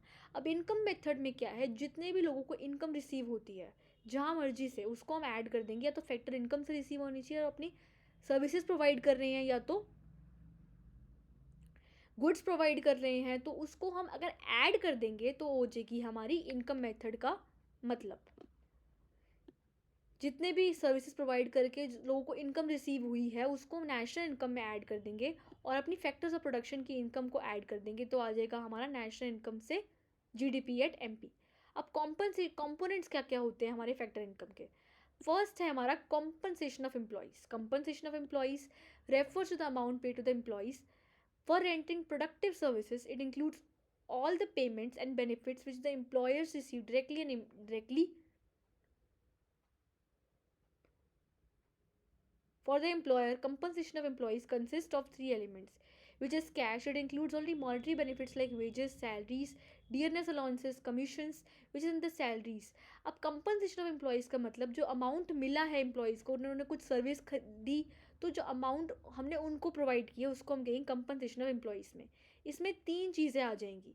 इसमें जो amount employer ने दिया है employees को अपनी services के लिए.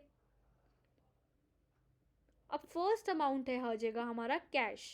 Wages and service अगर कैश में प्रोवाइड किए हैं, अगर कैश में प्रोवाइड किए हैं तो आ जाएगा हमारा wages and salaries in cash के अंडर. लाइक उनको वेजेस प्रोवाइड किए हैं, सैलरीज प्रोवाइड की हैं, बोनस दिया है, डीएनएस अलाउंसेस दिया है या कमीशन दिया है, ये सारी की सारी सर्विसेज जो एम्प्लॉयर एम्प्लॉय को प्रोवाइड करता है वो कैश में है, तो वो आ जाएगा एम्प्लॉयर्स इन कैश के अंडर. बट अगर कुछ काइंड में भी होती है, लाइक नॉन मॉनेटरी होती है, अगर रेंट फ्री होम मिला है, फ्री उनको कॉफ़ी दे दी, एजुकेशन की फैसिलिटीज़ दे दी, ट्रांसपोर्ट की फैसिलिटीज़ दे दी, हॉस्पिटल की फैसिलिटीज़ दे दी, तो ये सारी की सारी मनी के टर्म्स में नहीं है, बट ये भी एडिशनल फैसिलिटीज़ हैं, तो ये आ जाएगा हमारा किसके अंदर, नेशनल इनकम के अंदर. Contribution to social security scheme that includes contribution made by the employer. अगर एम्प्लॉयर ने कुछ कॉन्ट्रीब्यूशन किया है सोशल सिक्योरिटी के अंदर तो वो भी आ जाएगा हमारा इसके अंडर. प्रोविडेंट फंड भी इसके अंदर आएगा, रिटायरमेंट पेंशन, तो इसमें सारी की सारी जो सेफ्टी सिक्योरिटी है लाइफ ऑफ पर्सनस की, तो वो आ जाएगा इस सब के अंदर हमारा वेजेस इन काइंड के अंदर. अब रॉयल्टी, अब हम डिस्कस करेंगे रॉयल्टी के बारे में. Royalty is that part of national income which arises from the ownership of land and building. Rental income includes both actual rent and important of the owner occupied houses. Calculate the basis of market rent. तो अब third आ जाएगा, हमने first discuss किया compensation by in cash, second है compensation in kind, second था. अब third है कि रेंट. अब रेंट हो सकता है हमारा या तो हमारी खुद की ओनरशिप है लैंड की, या तो हमारी इम्प्यूटेड ओनरशिप है, या तो हमने खुद की ओनरशिप है, हमने किसी को रेंट पे दिया है अमाउंट. अब actual rent is less important of the owner. Occupied house calculate the basis of market value. अब जो हमारी ऑक्यूपाइड बेसिस होती है वहाँ का रेंट हम कैलकुलेट करते हैं, हम वहाँ पर मार्केट रेट क्या चल रहा है उस पर. अब फोर्थ कॉम्पोनेंट है royalty. Royalty is the income receive for granting leasing rights और solace. It is an ample owners of mineral deposit goals can earn by giving rights of the mind of contractors. अब ये था कि royalty, हमने कुछ सामान बनाया उसकी हमने रॉयल्टी इशू करवा दी कि कोई भी वो जो आदमी है उस वो सामान को नहीं बना सकता, तो उससे जो हमें अमाउंट रिसीव हुआ वो भी हमारा कंपनसेशन ऑफ एम्प्लॉयज़ के अंडर आएगा. अब next is interest. Interest refers to the amount for lending productive services. Interest मिला, हमने कुछ सर्विस दी, उससे हमने कुछ कमीशन कमाई, तो वो आ जाएगा इंटरेस्ट के अंडर. और profit is the reward for entrepreneur. Profit भी हमारा इसके अंडर आ जाएगा, हमारा प्रॉफिट भी आ जाएगा हमारा इसके अंडर इनकम मेथड के अंदर. तो प्रॉफिट भी अगर जो इंटरप्रेन्योर है उसने कुछ काम किया, उससे उसको अवार्ड मिला, तो उससे कुछ प्रॉफिट जनरेट हुआ, उसने कुछ कमाई करी, तो वो भी आ जाएगा हमारा इनकम. जीडीपी मेजर करना इनकम मेथड से. Profit include corporate tax. Corporate tax आ जाएगा, it is a direct tax paid by the enterprise to the government and total profit on the part of it. It is not as soon as profit or business activity. It refers to the part of property. Just read the shareholding ratio. The shareholding as soon as the thing. अब profit में आ जाएगा हमारा corporate tax. Corporate tax का मतलब होता है जो direct tax paid किया है इंटरप्राइज ने गवर्नमेंट को, और उसने जो टोटल प्रॉफिट अर्न किया है as soon as profit business activity. It refers to the part of property. तो शेयर होल्डिंग आ जाएगा कि कॉर्पोरेट टैक्स, अगर ऐसा भी कोई टैक्स है जो इंटरप्राइज ने गवर्नमेंट को दिया है, तो वो आ जाएगा हमारा प्रॉफिट के अंडर. वो कॉर्पोरेट टैक्स होता है और कॉर्पोरेट टैक्स इंक्लूड हो जाएगा फर्दर प्रॉफिट के under. Which is the operates, did not notice, it refers to the part of profit which is kept as reserve to meet unexpected contingencies. अब कुछ होता है जिसको हम रिजर्व की तरह रख लेते हैं, उसकी हमने कंटिजेंसीज मीट करने के लिए, उससे हम कहते हैं अनडिस्ट्रीब्यूटेड प्रॉफिट्स या हमारे रिजर्व्स, वो भी हमारे प्रॉफिट्स के अंडर आएंगे. It refers to the savings of private sector. Reserve and surplus भी इसके अंदर आएंगे। तो प्रॉफिट में सारी सारी चीज़ें आ जाएंगी, corporate tax, undistributed profit, reserve and surplus. अब नेक्स्ट हमारा कॉम्पोनेंट है mixed income. What is mixed income? It is the sum on account of workers like retail workers, small shopkeepers, etc. It is the term used for the income that is the elements of more than one type of factor income. Mixed income arises in the productive services of self-employed persons whose income includes rent, wages, enterprise, and these elements cannot be separated from each other. अब mix income का मतलब होता है जो shopkeepers होते हैं, retailers होते हैं, उन्होंने जो इनकम कमाई अपने फैक्टर इनकम को दे के या अपनी सर्विसेज को दे के कुछ इनकम कमाई डिफरेंट सोर्सेज से, तो उससे हम कहेंगे मिक्स इनकम के अंदर। लाइक आ जाएगा हमारा वेजेस कमाए, रेंट कमाए, इंटरेस्ट कमाए या प्रॉफिट कमाए, उसको हम सेपरेट नहीं कर सकते और वो काफ़ी सारी सोर्सेज से भी जनरेट की जा सकती है। लाइक टीचर है, अपनी सर्विसेज प्रोवाइड कर रहा है, तो वो मिक्स इनकम के अंडर आएगा। अब हमारे स्टेप्स कौन कौन से हैं हमारे इनकम मेथड के? Identify and classify the production units and all the producing enterprises and categorize into primary, secondary and tertiary sectors. अब हमने क्या करना है, जो सारे प्रोडक्शन यूनिट्स है उसको क्लासीफाई कर देना है प्राइमरी, सेकेंडरी और टर्शरी के अंडर। तो उससे हमारी आ जाएगी फैक्टर इनकम आ जाएगी। Check the factor income paid by each sector, classified the following into compensation of employees into dollar profit mix income. Calculate the mistake in the income for all the sectors are some duplicates. Calculate NDP at FC. It is equal to compensation of employees plus interest plus profit plus missed income. It is net factor income from abroad to arrive at national income. तो हमारी को हमने सारी producing unit से जो सामान कमाया उसको हम क्लासीफाई कर देंगे primary, secondary and tertiary sectors में। अब उसको हम कंपनसेशन ऑफ एम्प्लॉयज़ में बांट देंगे।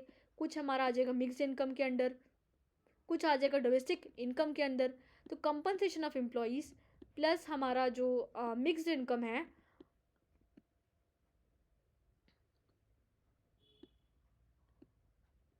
उसको हम ऐड कर देंगे, तो हमारा आ जाएगा किसका अमाउंट? एनडीपी एट एफसी को। एनडीपी एट एफसी को अगर हम प्रॉफिट ऐड कर देंगे उसमें, और उसको हम उसमें हम ऐड कर देंगे net factor income from abroad, तो आ जाएगी हमारी एनडीपी एट हमारी आ जाएगी नेशनल इनकम। ओके, तो इन सब चीज़ों से आएगी हमारी एनडीपी एट एफसी। उसमें से हम ऐड कर देंगे नेशनल इनकम, हम ऐड कर देंगे net factor income from abroad, तो आ जाएगी हमारी national income, that is NNP at FC. अब हम डिस्कस करेंगे कुछ प्रिकॉशंस होती हैं हमारी इनकम मेथड की। Transfer income are not included in the national income because such ships are not connected to the productive activity. अगर कुछ ट्रांसफर इनकम होगी है तो उसको हम नेशनल इनकम के अंडर इंक्लूड नहीं करेंगे, क्योंकि वो वन साइड इनकम्स होती हैं, उससे कोई हमारी प्रोडक्टिव एक्टिविटी नहीं जनरेट हो रही, तो वो हमारी इसके अंडर नहीं आएगी। There is no value addition, हमारी कोई वैल्यू एडिशन नहीं हो रही। Income the sale of second hand goods will not be included in the national income as the original sale is already been included. अगर कोई second hand goods की sale हो रही है उसको हम इंक्लूड नहीं करेंगे, क्योंकि जब हमने फर्स्ट टाइम खरीदी थी तो उसको हमने ऑलरेडी इंक्लूड कर दिया था नेशनल इनकम में, तो सेकंड हैंड दोबारा करेंगे तो वो डबल काउंटिंग हो जाएगी। अब income from the sale of shares, bond, debentures will be included in the which will included in the transactions. It do not contribute to the current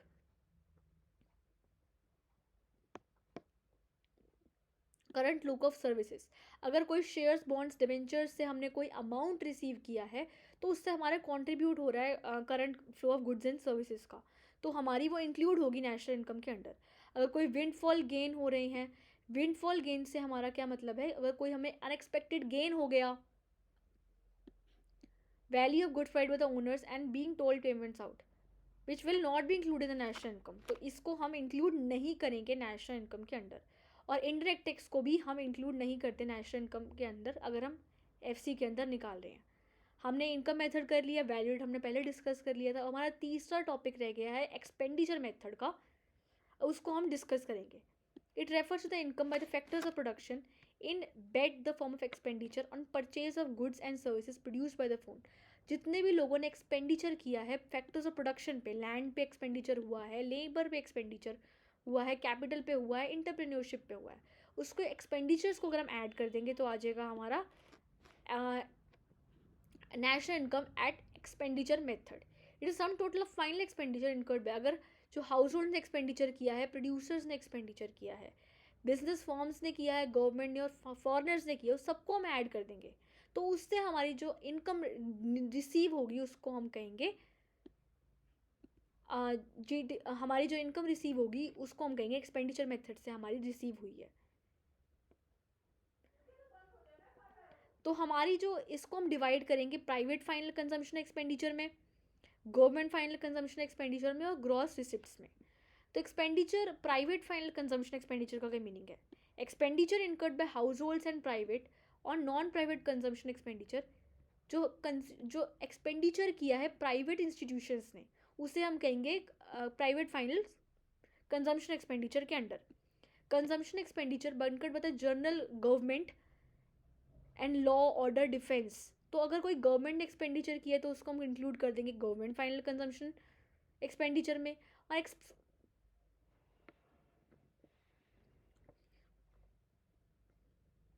expenditure income on acquiring goods और for investment by the producting units, अगर कोई investment हुआ है gross final कोई goods को acquire करने में, उसको इन्वेस्ट करने में फर्दर, तो हो जाएगा हमारा किसमें? गवर्नमेंट फाइनल कंजम्पशन एक्सपेंडिचर के अंडर।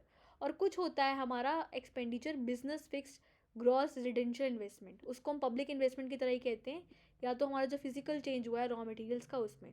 तो हमारे जो कॉम्पोनेंट्स है वो हो जाएंगे private final consumption, government final consumption, gross domestic capital formation. और ग्रॉस डोमेस्टिक कैपिटल फॉर्मेशन के अंदर आ जाएगा gross domestic business capital formation plus change in exports. Change in exports में आ जाएगा exports minus imports. Net exports का मतलब यही होता है कि जो एक्सपोर्ट्स और इम्पोर्ट्स में डिफरेंस है। अब कौन कौन से प्रिकॉशंस है हमारी एक्सपेंडिचर मेथड के अंदर? It will not divided goods will not be included national income transfer. अगर कोई ट्रांसफ़र पेमेंट्स हुई है या कोई ट्रांसफ़र इनकम हुई है उसको हम नहीं इंक्लूड करेंगे एक्सपेंडिचर मेथड के अंदर।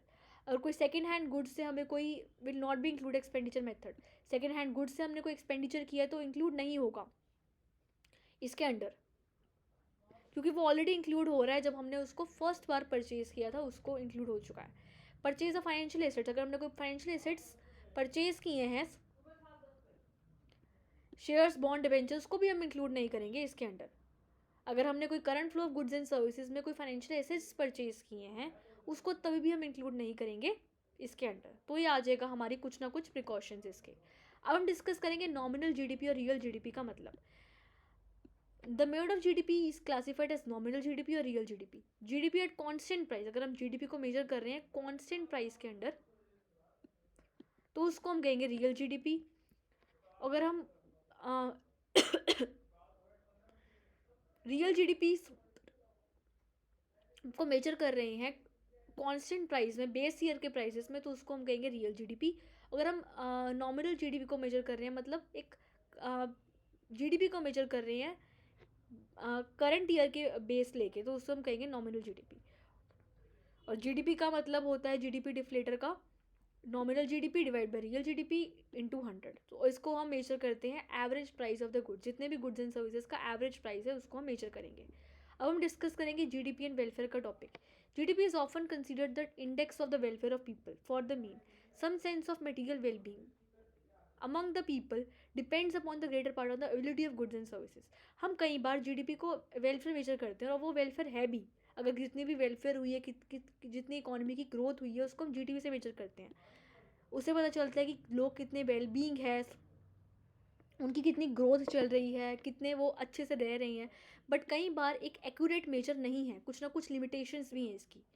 फर्स्ट है GDP and equality and distribution of income also increase the change in price, increase in the GDP, increase in price will not B liable. कई बार क्या होता है कि कुछ ट्रांजेक्शन्स होती है वो नॉन मार्केट होती है, वो मार्केट में एंटर ही नहीं करती, उसकी हमें मॉनेटरी वैल्यू पता ही नहीं चलती। तो उसको अगर हम मेजर कर देंगे और कहेंगे कि हमारी जीडीपी अच्छी चल रही है तो हमारे लिए अच्छा प्रॉब्लमैटिक होगा वो। और कई बार कुछ होती है एक्सटर्नैलिटी, एक्सटर्नैलिटी का मतलब जिससे हमें कुछ बेनिफिट मिल रहा है। कई बार एक्सटर्नैलिटी होती है पॉजिटिव और कई बार होती है नेगेटिव। जैसे पॉजिटिव का मतलब कोई पॉल्यूशन चल रहा है या कोई पार्क है तो वो होगी हमारी पॉजिटिव, और पॉल्यूशन का मतलब नेगेटिव। तो अगर हमें इससे कुछ बेनिफिट रिसीव हो रहा है एक्सटर्नैलिटी की वजह से तो उसको हम जीडीपी वो कहें कि जीडीपी हो रही है बट वो वेलफेयर में जनरेट करिए, तो ऐसा नहीं होगा। और कई बार कुछ जो ट्रांजैक्शंस होती हैं वो कई बार वो मॉनिटरी नहीं होती, उसकी मनी वैल्यू मेजर करना बहुत डिफ़िकल्ट हो जाता है, तो ये उसके अंडर नहीं आती। और कई बार जो ट्रांजैक्शंस होती हैं वो बार्टर सिस्टम की वजह से होती हैं, जैसे हमारी वो मार्केट के अंदर एंट्री नहीं करती, तो हम कहेंगे कि हमारी जीडीपी हो रही है और वेलफेयर हो रही है, तो हम मुश्किल में फंस जाएंगे। तो ये था आपका चैप्टर, बहुत लेंथी चैप्टर था आई नो, बट मैंने बहुत ट्राई किया आपको एक्सप्लेन करने का बहुत सिंपल लैंग्वेज में। और थैंक यू सो मच, आपने पेशेंस बनाए रखी। बहुत सिंपल चैप्टर है, इसको रिवाइज करना थोड़ा सा लेंथी है, बट हो जाएगा आपसे। I trust you all guys, आप अच्छे से कर लोगे। और इसको अच्छे से करना है प्रैक्टिस, ये जो नोट्स दिए हैं आपको रिवाइज करके आना है इनको, तभी आप उसको अच्छे से कर पाओगे। ओके, और जो एक्सपेंडिचर मेथड है, इनकम मेथड है, जो मैंने आपको वैल्यूएड मेथड बताया, डबल काउंटिंग, ये बहुत इंपॉर्टेंट कंसेप्ट हैं, तो इसको आपने बहुत अच्छे से करना है। तो इसको वन शॉट में 2 घंटे में आपका 1 और 40 मिनट से पूरा का पूरा मैंने चैप्टर रिवाइज करवा दिया है, और बहुत सिंपल से आपको समझ भी आ गया होगा। Thank you so much guys for listening to me, have a nice day.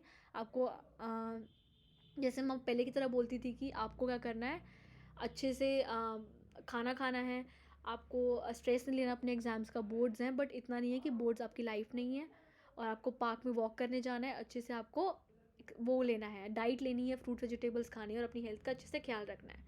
Yoga yoga भी करनी है। Okay, thank you guys, bye bye. Revise करके आना इस चैप्टर को। Will meet on next video, bye, have a nice day.